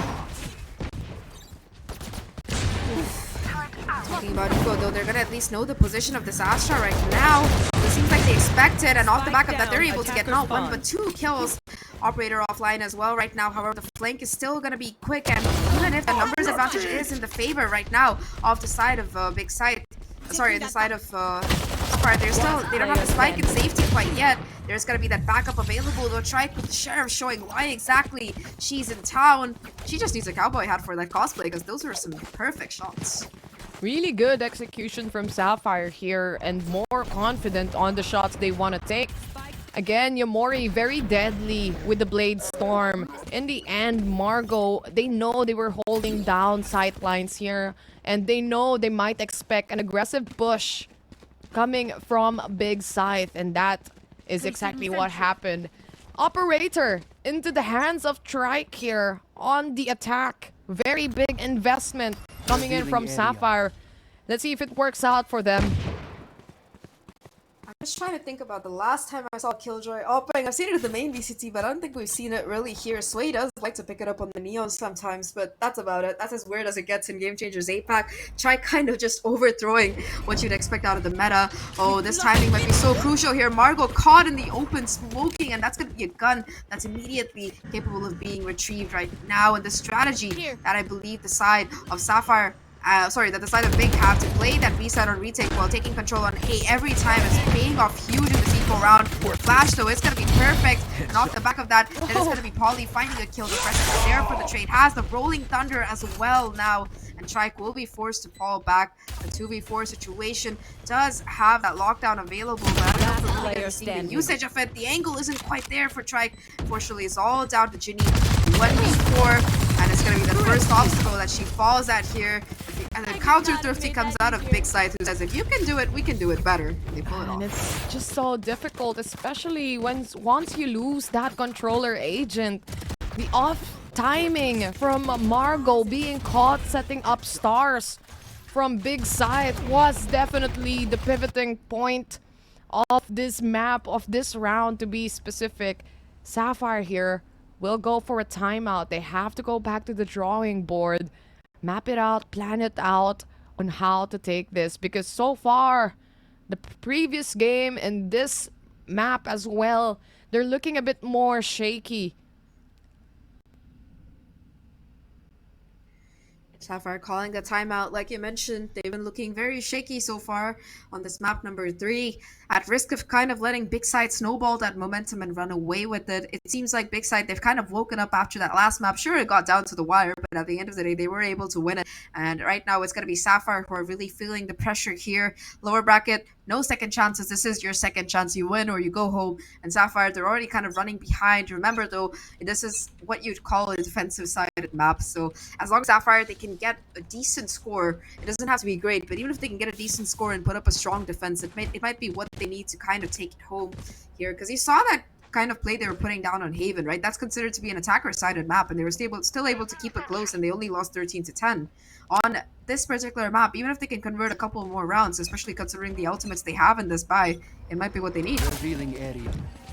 Really, when it comes to what they need for Sapphire right now, they need the points, that's for sure. If they want to make this fast comeback, not make the gap on the score that big of a difference. This operator, very deadly on the defense itself, just helping out Aruma rather, to get the orb here, and they mamba out, as Kobe would say. But anyway, the Silver Drone wouldn't be able to spot anybody, I think, and Muffin already on site, not expected by Crescent here. On the other hand, Muffin yet again with a double kill on the already 4v2 situation. They still have a lockdown here in Aruma's side. They can still make this retake happen, but again, Sapphire, they are planting the spike already and ready for that post plant. Yeah, off the back of that kind of slow play, they just walk up mid, take control, and make it in through short. Like you mentioned, Aruma does have that lockdown to work with, but I think perhaps the side of Big Scythe, they're looking to get at least one more kill before really investing that much in this particular round. Ginny does have that Hunter's Fury to counter it, so that lockdown might not be finding a super good amount of value. Right now, they're talking about value. It's going to be Margot finding that crucial kill, and it's all down to Aruma, 1v4, and Holly won't even let her fight at first. Big Scythe, they lose the round, and Sapphire, they kind of start mounting a comeback here. Not really much of a comeback considering how scored the close lines are, but they look much more comfortable during that round, and of course, these two huge entries with Muffin, that's what really started it off there. Yeah, and you can see how accurate she can be when she needs to be. And with a double kill like that, can be deadly immediately for the defense, especially if you want to make, again, man disadvantages at this point. 4-3 is the score. Time check, ladies and gents. Singapore time. It's midnight. Welcome to the stream. And for our Indonesia prod, no problem. It's only 11. Yes, it's not a new day for them yet. Meanwhile, for me, it's For only Zach, 5 p.m. it's just 6 p.m. No problem, guys. Just 5. At 5, see? Too early. We can still do Series 3. No, don't do that. That's tomorrow. Don't confuse our poor viewers. Right now, though, it is going to be the Killjoy utility and that Recon causing some dual pandemonium here. Lots of damage being done by that Hunter's Fury, though the kill not quite converting. Margot does go down on the opposite side, though, so it's going to be a pretty huge kill that they've nevertheless managed to connect. No smokes available right now, and it's going to be Trike forced to invest this lockdown to try and buy a little bit more time. Now that that Hunter's Fury is gone, it's going to be something less that they have to worry about. Yamori, though, still looking to get aggressive here, will be, in fact, concussed and possibly detained if they're not careful. Oh, that was really good. That was really too close for comfort. One player will be detained. However, they're gonna be pretty safe towards main here as they have some backup coming in. And now the lockdown, counter lockdown is gonna be online for Puma here. Muffin though finding 2 kills. Huge shots coming out of her. Third, in fact, 26 HP finally being shut down. And now with the clock ticking as far as it has, there's gonna be no time for this lockdown from Maruma. All she can really do is try and get these exits, but Trike will deny even that much. And it's gonna be Sapphire finding their 4th round. Beautiful execute. They hold on and equalize. I can't believe Muffin can get away with those skills right there. She was Same. extremely low in HP. They even used the aftershock to force her out of the positioning here. And for Big Scythe, they wanted to take the retake, or rather the refrag, so badly to a point that they hopped in one by one. Unequipped time, you have to remember, once you pull out or rather use a utility, you can't really have your guns out immediately as well. Depending on the agent though. But anyway, too much of a technicality for 12 a.m. guys. Turret going down in the hands of Yomori, at least not letting the players of Sapphire know if there's someone pushing on B main. But it seems like B main is the thing they want to take anyway. Yeah, that early bit of info that has been taken, and now they're going to be falling back here. 2 players for one's trying to anchor down this B side. Usually you see them kind of playing it for retake, but now it's just going to be a gamble stack across both sides here. 2 position on B, holding down that crossfire, and 3 towards A. A short does seem to be where the hit itself is coming though as they make their way forward. Presence finds a little bit of information, might even be able to find the timing if they're careful. But under Heaven though, it is going to be Marche starting things off with a huge kill onto Muffin. Won't be able to quite retrieve the rifle and will be shut down. Still going to be a 4v4, no number advantage for either side right now. Although Yomori finds a quick flick onto Trick. Wow, Silence. Trying though. Remaining. Again, Crescent. Big shot here from Big. oh my god. My god, this was, if I'm not mistaken, they were on pistols a while ago, right? The shots Second just connecting 50. here from Big Scythe, and so far, again, making it seem like Sapphire is very shaky right now. But honestly speaking, Big Scythe is really just so hard to punish right now. Look at how crisp the shots are. Marsha can get the kill, and aside from that, they work as a unit more than ever. I think that at this point we should just rename Big Scythe to Thrifty winners, because they've won so many Thrifties today. I've lost count. Beautiful round coming out of them though. They managed to make it work, and not only that, they get the lockdown as well as that Cosmic Divide available for the next. To be fair, Aruma's had it for a while. She just hasn't had a chance to really use it.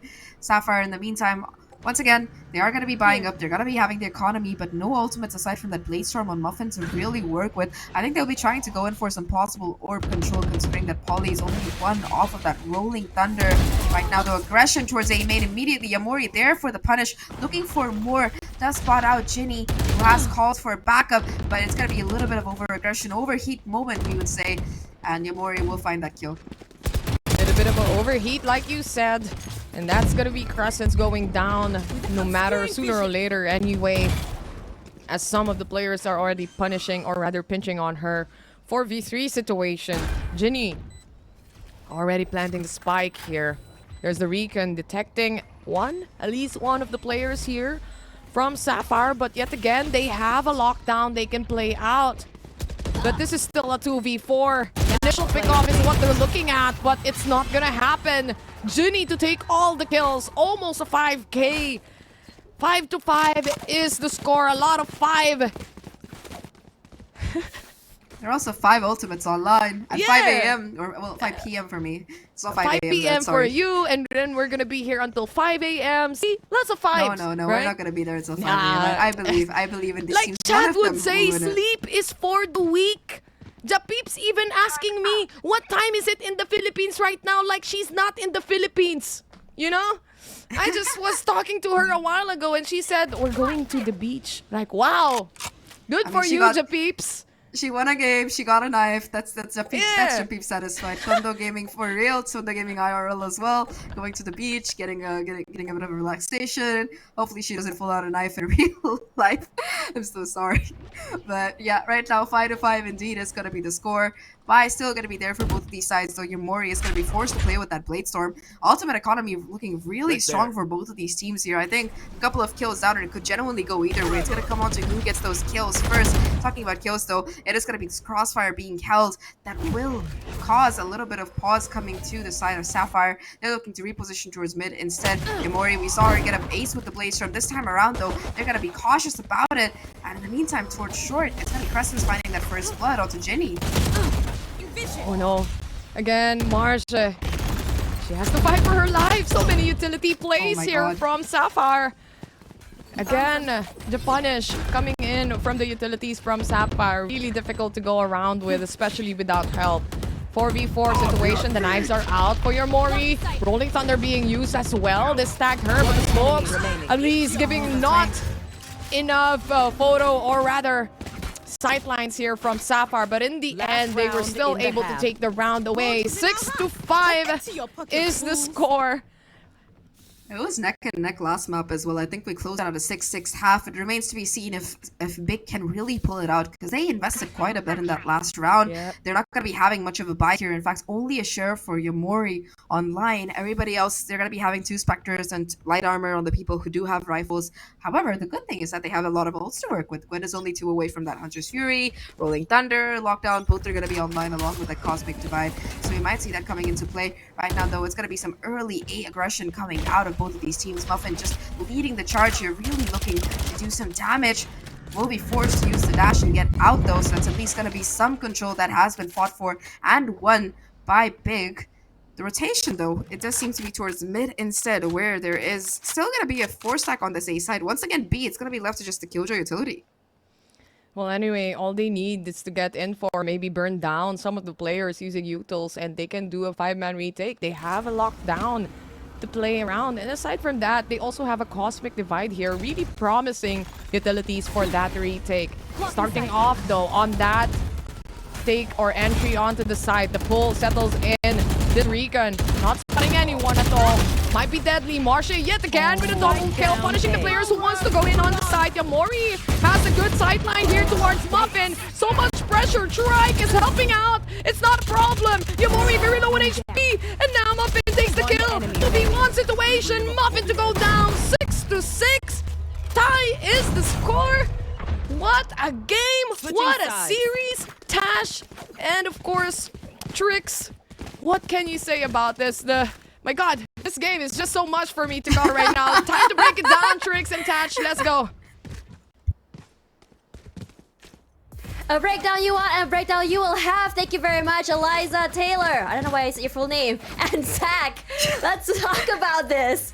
It's been a long day, my friends. So, coming into this, we've seen this holy deja vu, though. 6-6 half. We saw this over on Haven, and now we see this again. Now, what is the biggest problem that is being faced by both teams on this map in particular?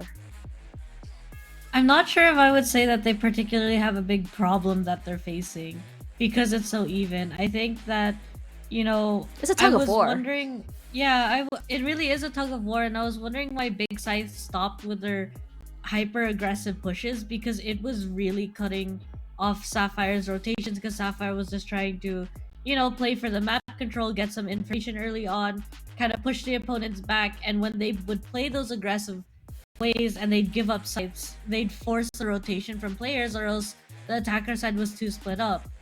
On the flip side with Sapphire, after they realized it wasn't working, that, you know, they're trying to take map control but it's not working out too well for them, they tried to just get information together and then hit a site and explode on the site somewhere else, and that was also working for them. And then after they secure the site, that's when they have the lurk. I found that the lurker was a bit too early sometimes in the match, that they'd have a lurker there, which is fantastic, but then the lurker would peak way too early and die, and then everyone on site would die too. So I think it's just one of those things.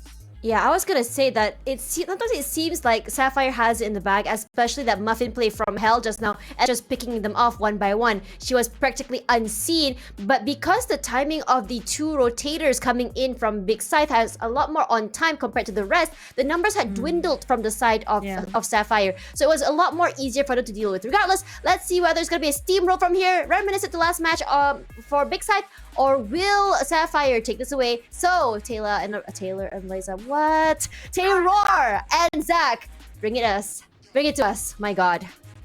I have been adopted and had my name changed, Terror. I am now Taylor and you are Liza. We are now the dynamic Exactly. duo bringing you the cast here. Come on, Natasha.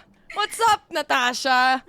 Anyway, it's really just the midnight talks that we have right here. And also big shout outs to the stream right now. The Filipino fans are awake. And Zinni, apparently Zinni says this is her top tier analysis. Maybe Big Scythe are rank or rather midnight demons. Well, I think that the other games will be happening pretty late except for that final. So Big Scythe, if they win this somehow, they'll have a bit of an advantage tomorrow if they are that last game in the series. Right now, though, it is going to be Marche starting things off with a beautiful opener. Polly, though, gets that counter onto the breach here. You got to be careful with that aftershock range, otherwise you're just going to be punished. Though right now it was all just a fake towards his ace side. He's gonna be where that hit is coming already. You can see some killjoy utility buying enough time for a stall for a possible rotation. Aware of that possibility, Big Side, they're looking to go back towards the other side of the map. If you look at this though, for the side of Sapphire, with their controller being taken down in that first 15 seconds, it's gonna be so much more difficult for them to really maintain because there's gonna be no more sucks coming out of that Astra. There's not going to be any more smokes available to either smoke for main or smoke for the diffuse stick. However, two players still going to be positioned on site, so it's going to come down to who can get these openings. Ooh. Stun connects and they wait. Elise, patience is key. Yamori down A. to take the trade here from Muffin. Polly though, a lot of players onto side, not hitting their shots. That's gonna be Ginny taking advantage of it. Ginny again with a double kill. A trade off from Yamori, but it's all up to Marche. Concealment. She can still set up a smoke here. But again, a 2v1. They were just gonna be playing the bait and switch. It works out perfectly for Sapphire. 7-6 is the score. And the pistol goes to Sapphire. This way, they can buy for the next round as well. 30 seconds. Kudos to Muffin for being able to just buy enough time for the rotation to come in. Of course, Ginny came charging in like the cavalry towards heaven, just holding it down in conjunction with her other teammate. So great round coming out of Sapphire. The Big Side, they certainly made it close. Too close for comfort. Right now, they didn't get the plant either, so yeah, no real buys coming in for them. However, we have seen them successfully win out all of these nasty, thrifty rounds before, so you never know how it's going to be. Either way, though, early recon dart going to be immediately broken, so no real information coming in on the site. Towards mid as well, I believe it was Crescent who went for a little bit of a peek there. It does immediately get shut down, so that's going to make their job even more difficult. At this point, just utility from the side of Sapphire has already tagged up two people so low. Muffin really just patience onto mid tiles here. Maybe getting a pick off here and there, but again, decision coming in from Big Scythe right now. So many people. Muffin already knowing how many there are gonna be, and this gives an idea. The presence from a main, or rather on a top here, top mid, just gives them an idea. They can go back, especially they're on the defense and they have the guns anyway. They are going to be going in for this ace site right now. The concussion, though, is beautiful. And Polly off the back able to get one kill already. It's going to be the aftershock as well, though. Yamori manages to find some space onto side, picks up the upgrade as well. And now the kills, they go in favor of Big. Huge frags right now. Unfortunately, it is not going to be the Marshall finding any value through the smoke. Big side, they have the numbers advantage, but still, they're going to be looking very, very low when it comes to the HP of two of these players here. Three of them under heaven. All it's going to take is one Nato Swarm to possibly smoke them out, though I don't think Trike has any left. It's just going to have to come down to gun work here right now. Trike spotting a player towards main. They know that under heaven it's going to be there. Oh my god, Ginny with the shot guard, able to find them. It's going to come down to just Yaruma. 1v2. Only a classic in hand. Has to go for the swing, and Ginny will punish it. Sapphire, they will find their conversion, though not before it got super expensive, as they lose three players, even though they win the round. I was really worried about the health take here, especially I see one shock dart still available. And once you get really extremely close to each other like that on a pistol round, even if you want to play the numbers game, you can easily be tagged out. And I like the retake setup that Sapphire provided here. Trike really holding onto A main, and the rest was able to clear out hell. It seemed to look easy in the hands of Sapphire here, but obviously for Big Scythe, this is the time they have a full buy. We're just 2 rounds away, and the fans, obviously the chat, already going crazy. Why are you guys still awake? But thank you for staying awake for us. Well, for us. Not for the players, but for us. Thanks, Yeah, of course for Japeeps. us. Thanks, Japeeps and course for us. friends. Everyone in the comment section for today.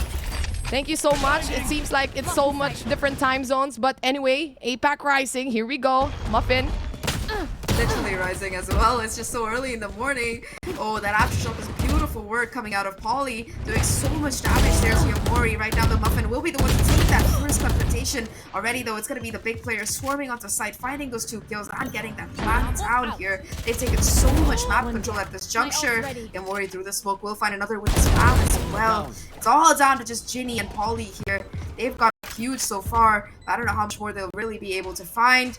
They're still trying to push forward. There is going to be a rifle drop to Yamori, still super low when it comes down to HP. enemy remaining. Timing, though, not exactly in favor, and Yamori finds yet another kill. It's all down to just Ginny here.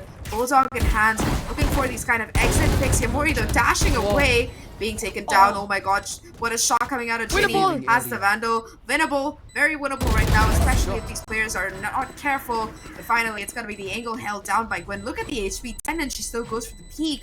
Big Scythe, and they win their buy, but it was so expensive for them to take on. Yeah, very expensive indeed. And at the same time, what a shot here from Ginny. Even getting a dink. But again, a little bit of a mishap here. Especially Ginny was able to see there was someone on trees already. And Polly just got killed without knowing anything. Or rather, not speaking or seeing who's gonna be behind her. But anyway, 7 to 8. And slowly but surely, Big Scythe yet again climbing up here. Slowly. And with that, Big Scythe, they at least have the blades here to play with the Yamori. And aside from that, economy on both sides of the team here, very impactful rounds we're about to see. Depends whose economy is gonna get destroyed. Yeah, that's the outcome of this round. It will also depend who gets that first kill, and it's gonna be Crescent starting things off. Trike biting a little bit too much more than she could chew. Without that killjoy utility online, it's gonna be so much more difficult to hold on to the side, and that's gonna push Ginny off it right now. Looking to possibly go in for a bit of a retake play. The spike itself still waiting outside this B side, though it does seem like they're going to opt to go for a rotation instead. Timings are going to be so crucial here if they're not careful. Already Aruma looking to get a little bit more control across the map, possibly trying to fake the fact that there has been a rotation coming through, and Ginny herself, she's already come back towards the site. It's all going to come down to Ginny to hold against this onslaught that's just preparing to rush towards her right now. 3 players outside B, smokes being committed, and Ginny, that last line of defense for Sapphire right now. 30 seconds on left. into that blades again. The double up draft here, Gwen. Good shot here again. 5v3 situation. They open up the site for the taking. They plant it as well. Ready for that pulse plant. Margot, she knows there's gonna be someone on B main. Again, number disadvantage here on the side of Sapphire. They have to wait a little bit longer. This delay, there's so much utilities. Margot just gonna be burning down in that nano swarm with aftershock. Porsche, on the other hand, taking this chance to actually push in. Good pressure coming in from Big Scythe and good plays. No worries, Charlie. No worries. 8 to 8, they equalize, and like you mentioned, the economy gonna be absolutely in the dumpster for Sapphire here. Muffin does have that blade storm, but aside from that, not much they have left to work with. This is gonna be Sapphire calling their second timeout in this game so far. Big haven't even broke a sweat when it comes to timeouts, but for Sapphire, they're burning through them on both ends. It's very interesting that they chose to call it before this Thrifty round, but we've seen them win these Thrifty rounds, so perhaps it's not that much of a bad call. Right now, though, Sapphire, they seem to be getting a little bit too overconfident when it comes to these peaks. First off, it was Margot and that pistol. Second off, right now, it was Strike. These support players need to kind of not be taking the solo duels, because if Muffin goes down in the line of duty, that's one thing, but when your Killjoy goes down, that's just going to lead the entire site in so much more of a difficult position to try and hold on when you're without that anchor.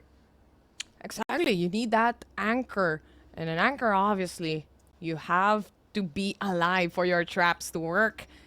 And delay or have a delaying factor against Big Scythe here. Apparently, not the way they want it to be. Really away from comfort here from both teams, from Big Scythe and Sapphire. This game number 3 feels like game number 5, as Japeeps would say. Japeeps says, not me, right? I just put every blame to Japeeps. It's Japeeps' fault because she keeps commenting on the chat. Anyway, hello, chat. Good morning. Salamat pagi. Guten Tag. Guten Morgen. What's good morning in how do you say it in your language? Sorry.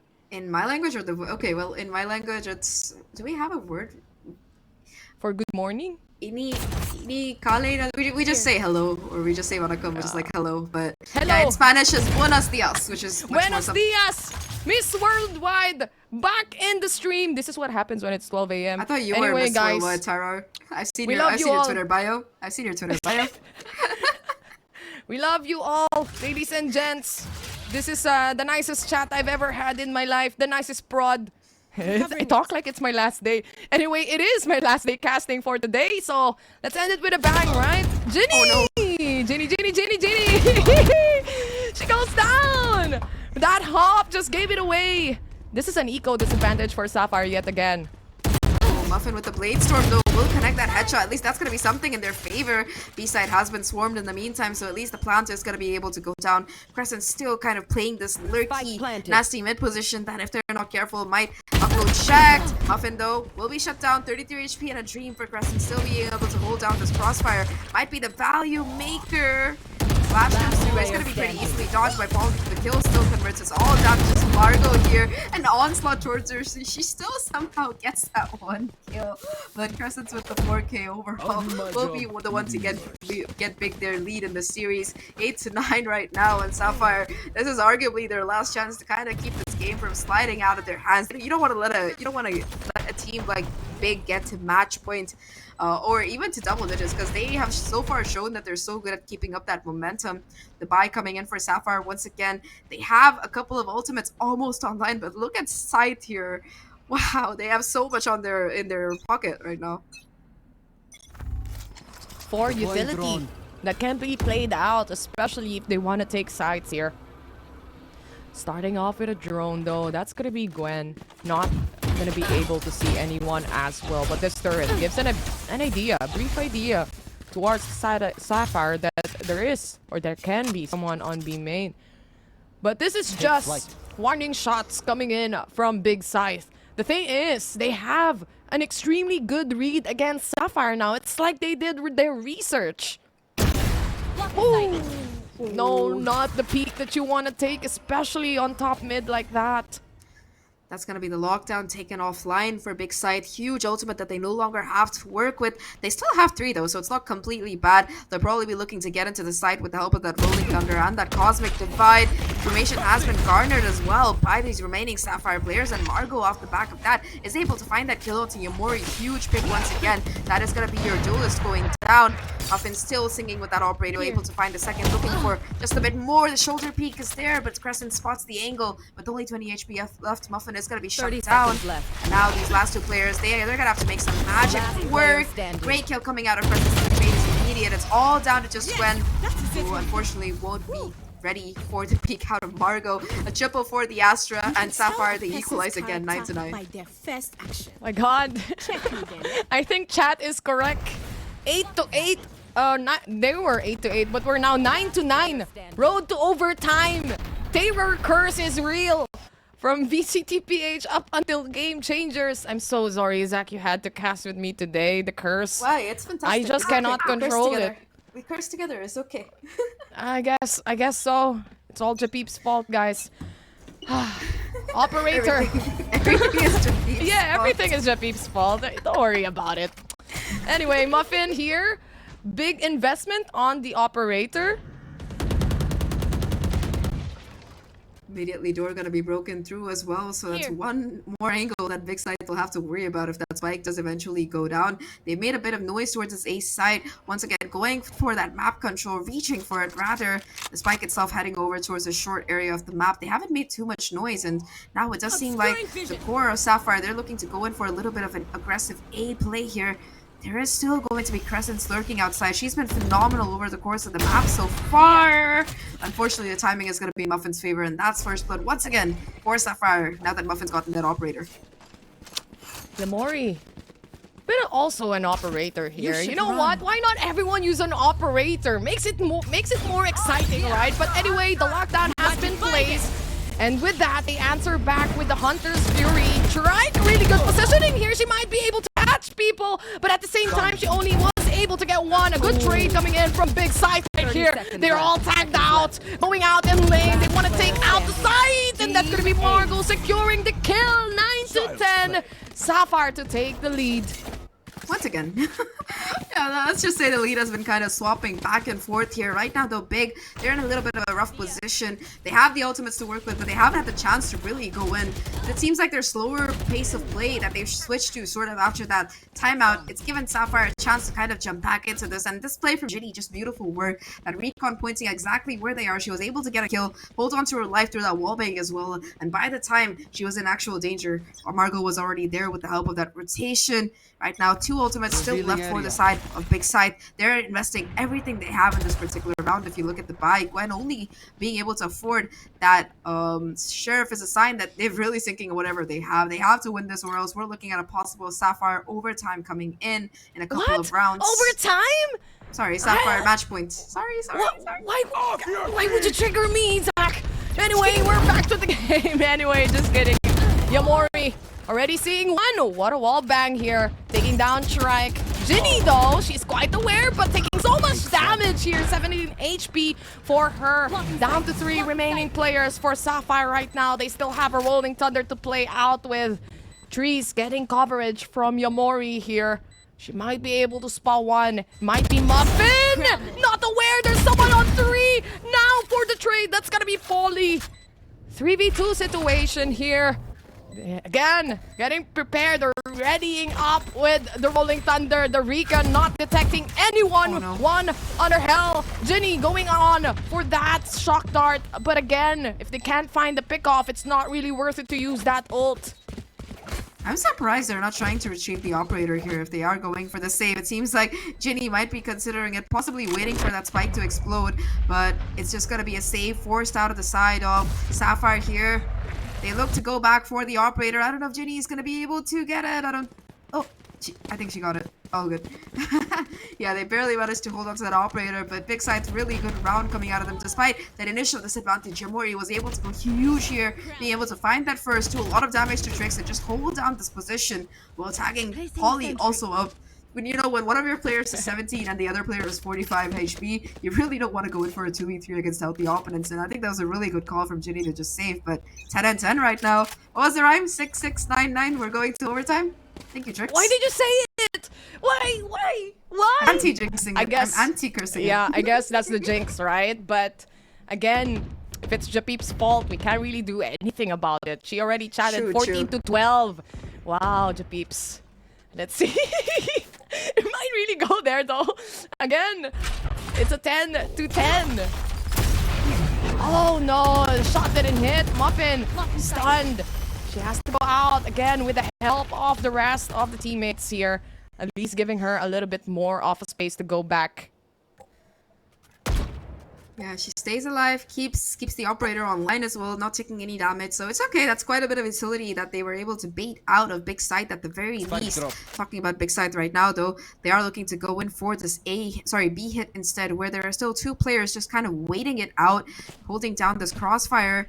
The noise being made now by this Killjoy, though. It is going to be lockdown invested. The timing perfect for the side of Big Scythe. Off the back of that, Yamori is still going to be able to push into side, and that lockdown is completely useless because it's just going to be instantly broken. 3v5 retake attempts. They have the Rolling Thunder. They have the Cosmic Divide, but they have to get these opening picks and get them quick, because otherwise it's going to be so rough for them right now. Another smoke being committed already, and look at the close plan positioning, right? It's only going to be a couple of players on side. Everybody else is towards main instead. Margot able to find the first, so there is going to be an immediate trade. Here's a reload, goes for another, but Gwen is going to be covering that angle. Gwen with the triple, and Big Scythe, they steal back the lead, 11 to 10. Let's go. 11 to 10 it is. I'm expecting an 11 to 11. Make a wish, ladies and gents.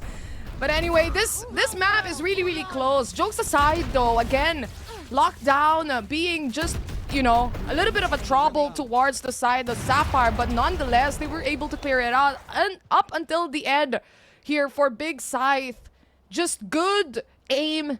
The good foundation of the rest of the team is what's taking them rounds after rounds. Not only that, they understand quite well and have a good read on how Sapphire plays. The aggression that we keep seeing from Sapphire here, they really try to catch them off guard. Oof. Enemy kill. Oh. That was such a nice flash coming at Muffin off the back of that, able to get the first blood for the side of Sapphire, something that they really needed to try and make it 11-11 as you did so kindly say to them, Tyrar. Now though, it is going to be Shockdar's invested towards this B main area to clear out that pesky Killjoy utility. Does manage to find a Nano Swarm though, the rest of it is kind of positioned towards the site, towards mid and towards market instead. Looking to be Trix tried getting a little bit aggressive, finds the timing onto Gwen, able to get that first crucial kill. And now this Nano Swarm buying some additional time here. The Spectres in this close range could prove to be absolutely deadly. 3v5 for Big Side. They don't have any ultimates to really work with either. Although it is going to be a push coming through. The utility combination is too much though. Yamori finds the first, looking for a little bit more, but I don't know what she really has left in the tank. It's just going to be 50 health in a dream. Muffin popping her own Blade Storm. It's do or die for Sapphire. They have to make this round work out, and they are looking to put everything they have into it. Blade Storm already fighting the first. It's all down to just Yamori, caught by the flash, hit by the knives, and that is going to be Sapphire finding 11. Guys, I was just joking. No. Now it's 11 to 11. I think I'm not jinxing anything at all. These two teams are just too good. And at the end of the day, a rally between these two teams. Look at that pull. It was wonderful already for Trike. But if you have only Spectres here and Muffin also getting the kills, the impactful kills here, it's just difficult right now for the post plant itself. Too powerful for both sides here. Just it depends on the economy at some point and at some degree for Sapphire right now, despite having half armors here. They have an operator again in their hands. Big though, they're gonna go on a timeout to make us reach 1 a.m. Oh man, I've been there. Some of the times I was casting an NA, I think my call time was at like 2:30 in the morning or something. So I know exactly what you mean. I'm sure you went through that for lock-in as well, Tyra. What was it? It was at like 4 a.m. for you guys, right? Don't talk about it, Zach. Sorry, I lost PTSD. 5 years of my life from lock-in. 5 years. I was supposed to live 100 years old, Zach. And was now only it's only 95? up until 95. After this game, it's only up until 94. Oh no, I can't believe you said this. It's all Japeep's fault again. It's all Japeep's fault. That's true. But anyway, just giving you some energy, guys. And of course, for everyone who's watching right now, thank you so much also for commenting and engaging with us. Makes us awake, makes us stay alive. You're our lifeline, I would say.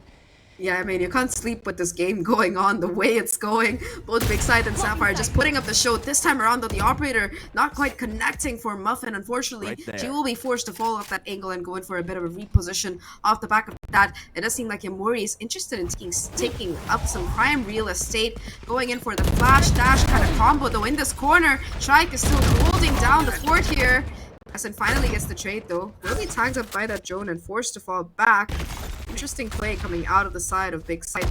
They have gotten that pick though. They've gotten that little bit of advantage, and now they're looking to go towards this A side instead. But look at where Muffin is. Oh, you can see the barrel. Yeah, I guess the operator is too long, huh? You can all see it. Again, operator out of the equation here. 3v2 situation. This might be a side to take for them. One man disadvantage here, but Gwen, again, three players from Big Scythe. It's either gonna be that match point for either of the teams. 2 on to hell. Double trouble, Ginny and Margot. There you go. There goes the peak, and it's gonna be Gwen winning the engagements. It's gonna be the match point for Big Scythe. Point. one round away from moving on in that lower bracket and eliminating Sapphire from this particular tournament. They're so close to greatness here. They can feel it in their bones. And right now, just phenomenal gameplay coming out of every single player. But in particular, for the side of Big Scythe, I probably have to highlight Gwen here. She's been so phenomenal with these trades, with these kills, being able to just frag out of her mind here. She might only be at 15 and 15 to 16, but trust me, she's got what it takes. And right now, ultimate economy, main economy, everything looking kind of dire from the side of Sapphire. They have to win this if they want to, have a chance to take it to overtime. Looking to get a little bit aggressive right now, though already you can see that it's going to be Marche lying in wait. That's Muffin taken down. They were expecting this completely. Cosmic Divide already set in sight here on B. Trike onto the back ends. Ginny already out. Polly, though, was able to take the trade. Trike still holding down the fort. This is still the anchor that we have. 3v2 situation. And now for Big Scythe, they know the location of at least one of the players here, and that is actually Trike. At least, maybe there's only one in A. They have to clear it out, though. No matter, especially we are the only ones who can see them, right? So Trike already over, or rather rotating here onto A together with her teammate. 3v2. Trike trying to put down the Nano Swarm. Won't quite connect though. It's gonna be the Cosmic Divide instead invested by these defenders to try and make this retake setup work out. All that Big Scythe have to do is play for the numbers, but Gwen on the lurk finds the timing. Huge kill, and now it's up to Trike to keep this map from descending into oblivion. But Aruma says Killjoy Def, and that's going to be a shutdown coming up. Big Scythe, they caused the upset of this tournament, I believe, and they eliminate Sapphire while moving on. What a series coming out of both of these teams. It went down to the wire. 11-13 is where we close it at. And hey, Tara, it's a good thing, because that anti-overtime jinx for me, it worked, so I counter you. I know, right? Good counter, Zach, because honestly, Japip's already chatting here on the chat 12. Not gonna happen because Big Scythe is definitely here to take the series away. Like you said, the big upset we're looking at right here in a VCT Game Changers APAC series. But again, congratulations for Big Scythe for taking that big W as well. That's gonna be it for me and for Zach, and for me as well. It's gonna be my last day here in APAC Game Changers. See you guys around, and thank you so much again. Passing you to the panelists, Tash and Trix. Take it away. Thank you very much, ladies. Zach and Taylor taking all these two series like a champ. But coming into this game, Japips, please. 12-14, are you kidding me? Look at Trace already laughing. So let's talk a little bit about it. Let's just talk about this complete tug of war between these two teams as the defending champions from Game Changers APAC last year now fall. I think both teams played phenomenally, but really big. They were taking better control of the map. They were making better split decisions in the middle of the rounds in terms of where they need to go, where they need to hit, what utility they need to use, what's available to them. So rather than, setting up for a take, setting up for a sudden hit on the sites, we could see that they were just kind of taking it by storm, just saying, okay, it didn't work here, or okay, we gotta pick here, but we need to go somewhere else regardless. And I think that was the best decisions. Those were the best decisions Big could have and should have made.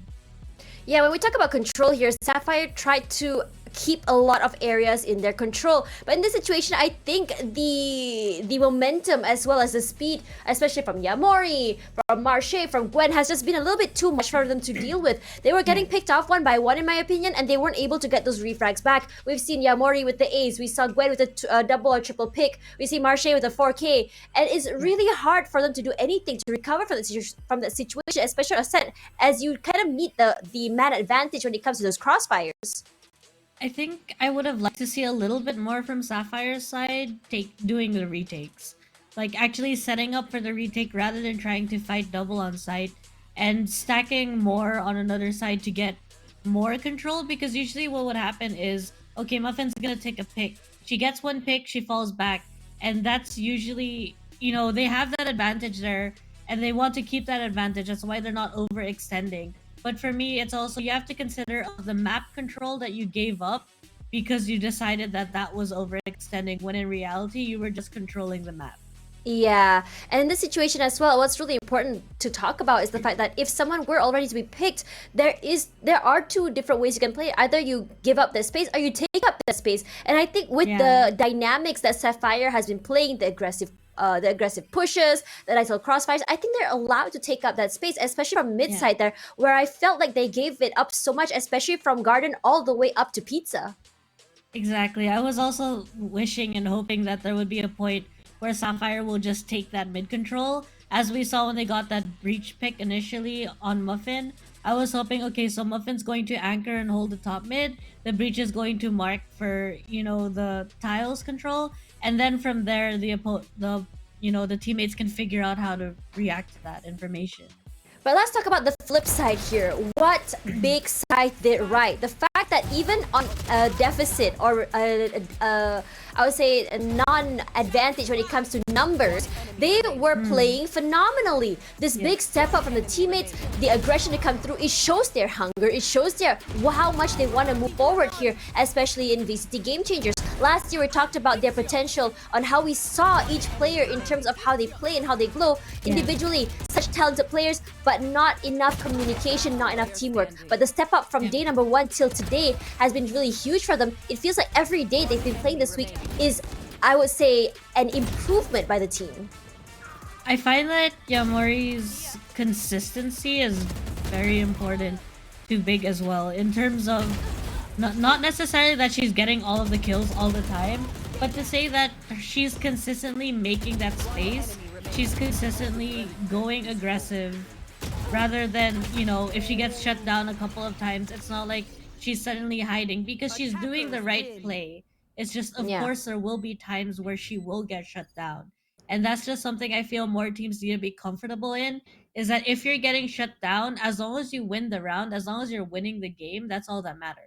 Yeah, because the idea, I think that a lot of players have this idea that the duelists need to have the most frags in the game, and I really have to disagree. Whether if Yamori was able to get onto the site and her teammates were able to follow through, that's honestly enough. Whether or not she gets shut down is already enough. Because if you think about the band-aid solutions here, because yes, Yamori can get those picks, but if her teammates were not able to trade out, it's going to be a big problem. But in this situation, yes, Yamori does get shut down, but you see Gwen really stepping up. Marche with the nice lurks and a nice little angle holds, as well as Aruma as well. It's been very, very sneaky, and I think that in terms of map control, because Big Scythe was just so, I would say, flexible in moving across the map and catching Sapphire in the middle of the rotates, it's been giving them a lot of value.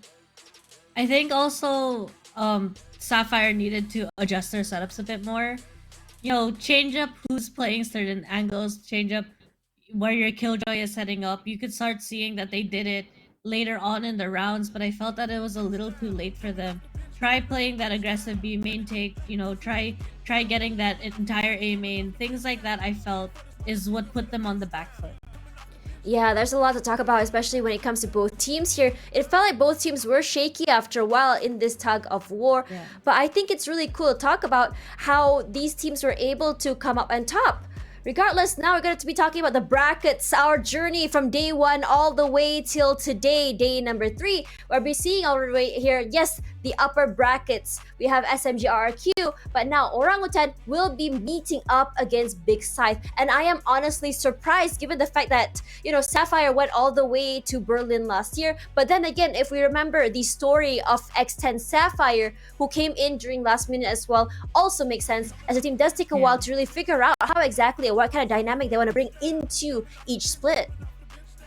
I think also when we consider the fact that they might have not been able to fine-tune their lineups because they were practicing certain things, that's also something to take into consideration when we talk about previous winners, is also the amount of time other teams have spent because they weren't in those tournaments. They get to spend, fixing their lineups, fixing the way that they play, the individual work, and I feel that's also something maybe Sapphire was lacking.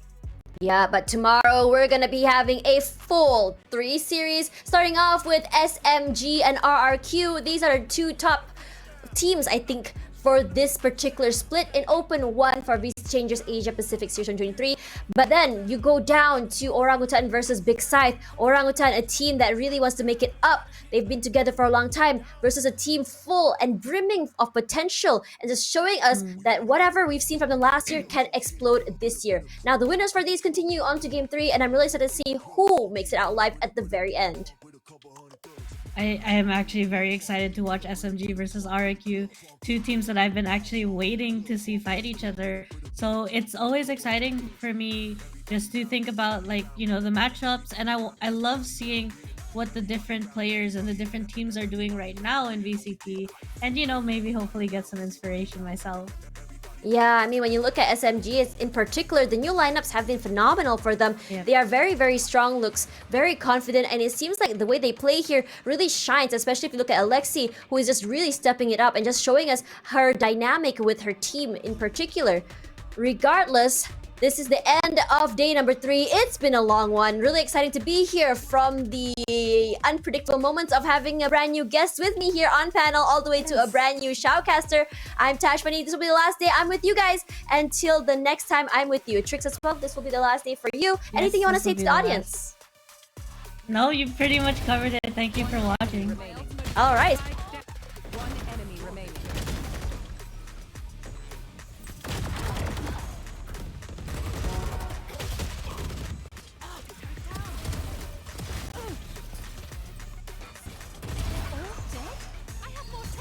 Attackers win. One enemy remaining. Last player standing.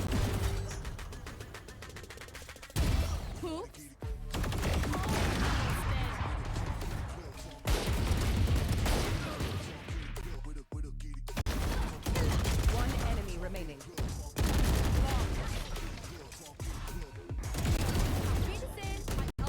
One enemy.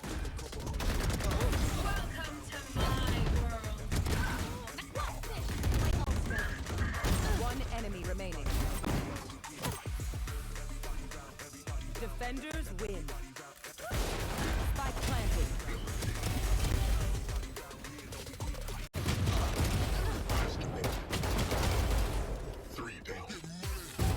Silence. Enemy down. Attack. One enemy remaining. My ultimate. Your fault. One enemy remaining. You should see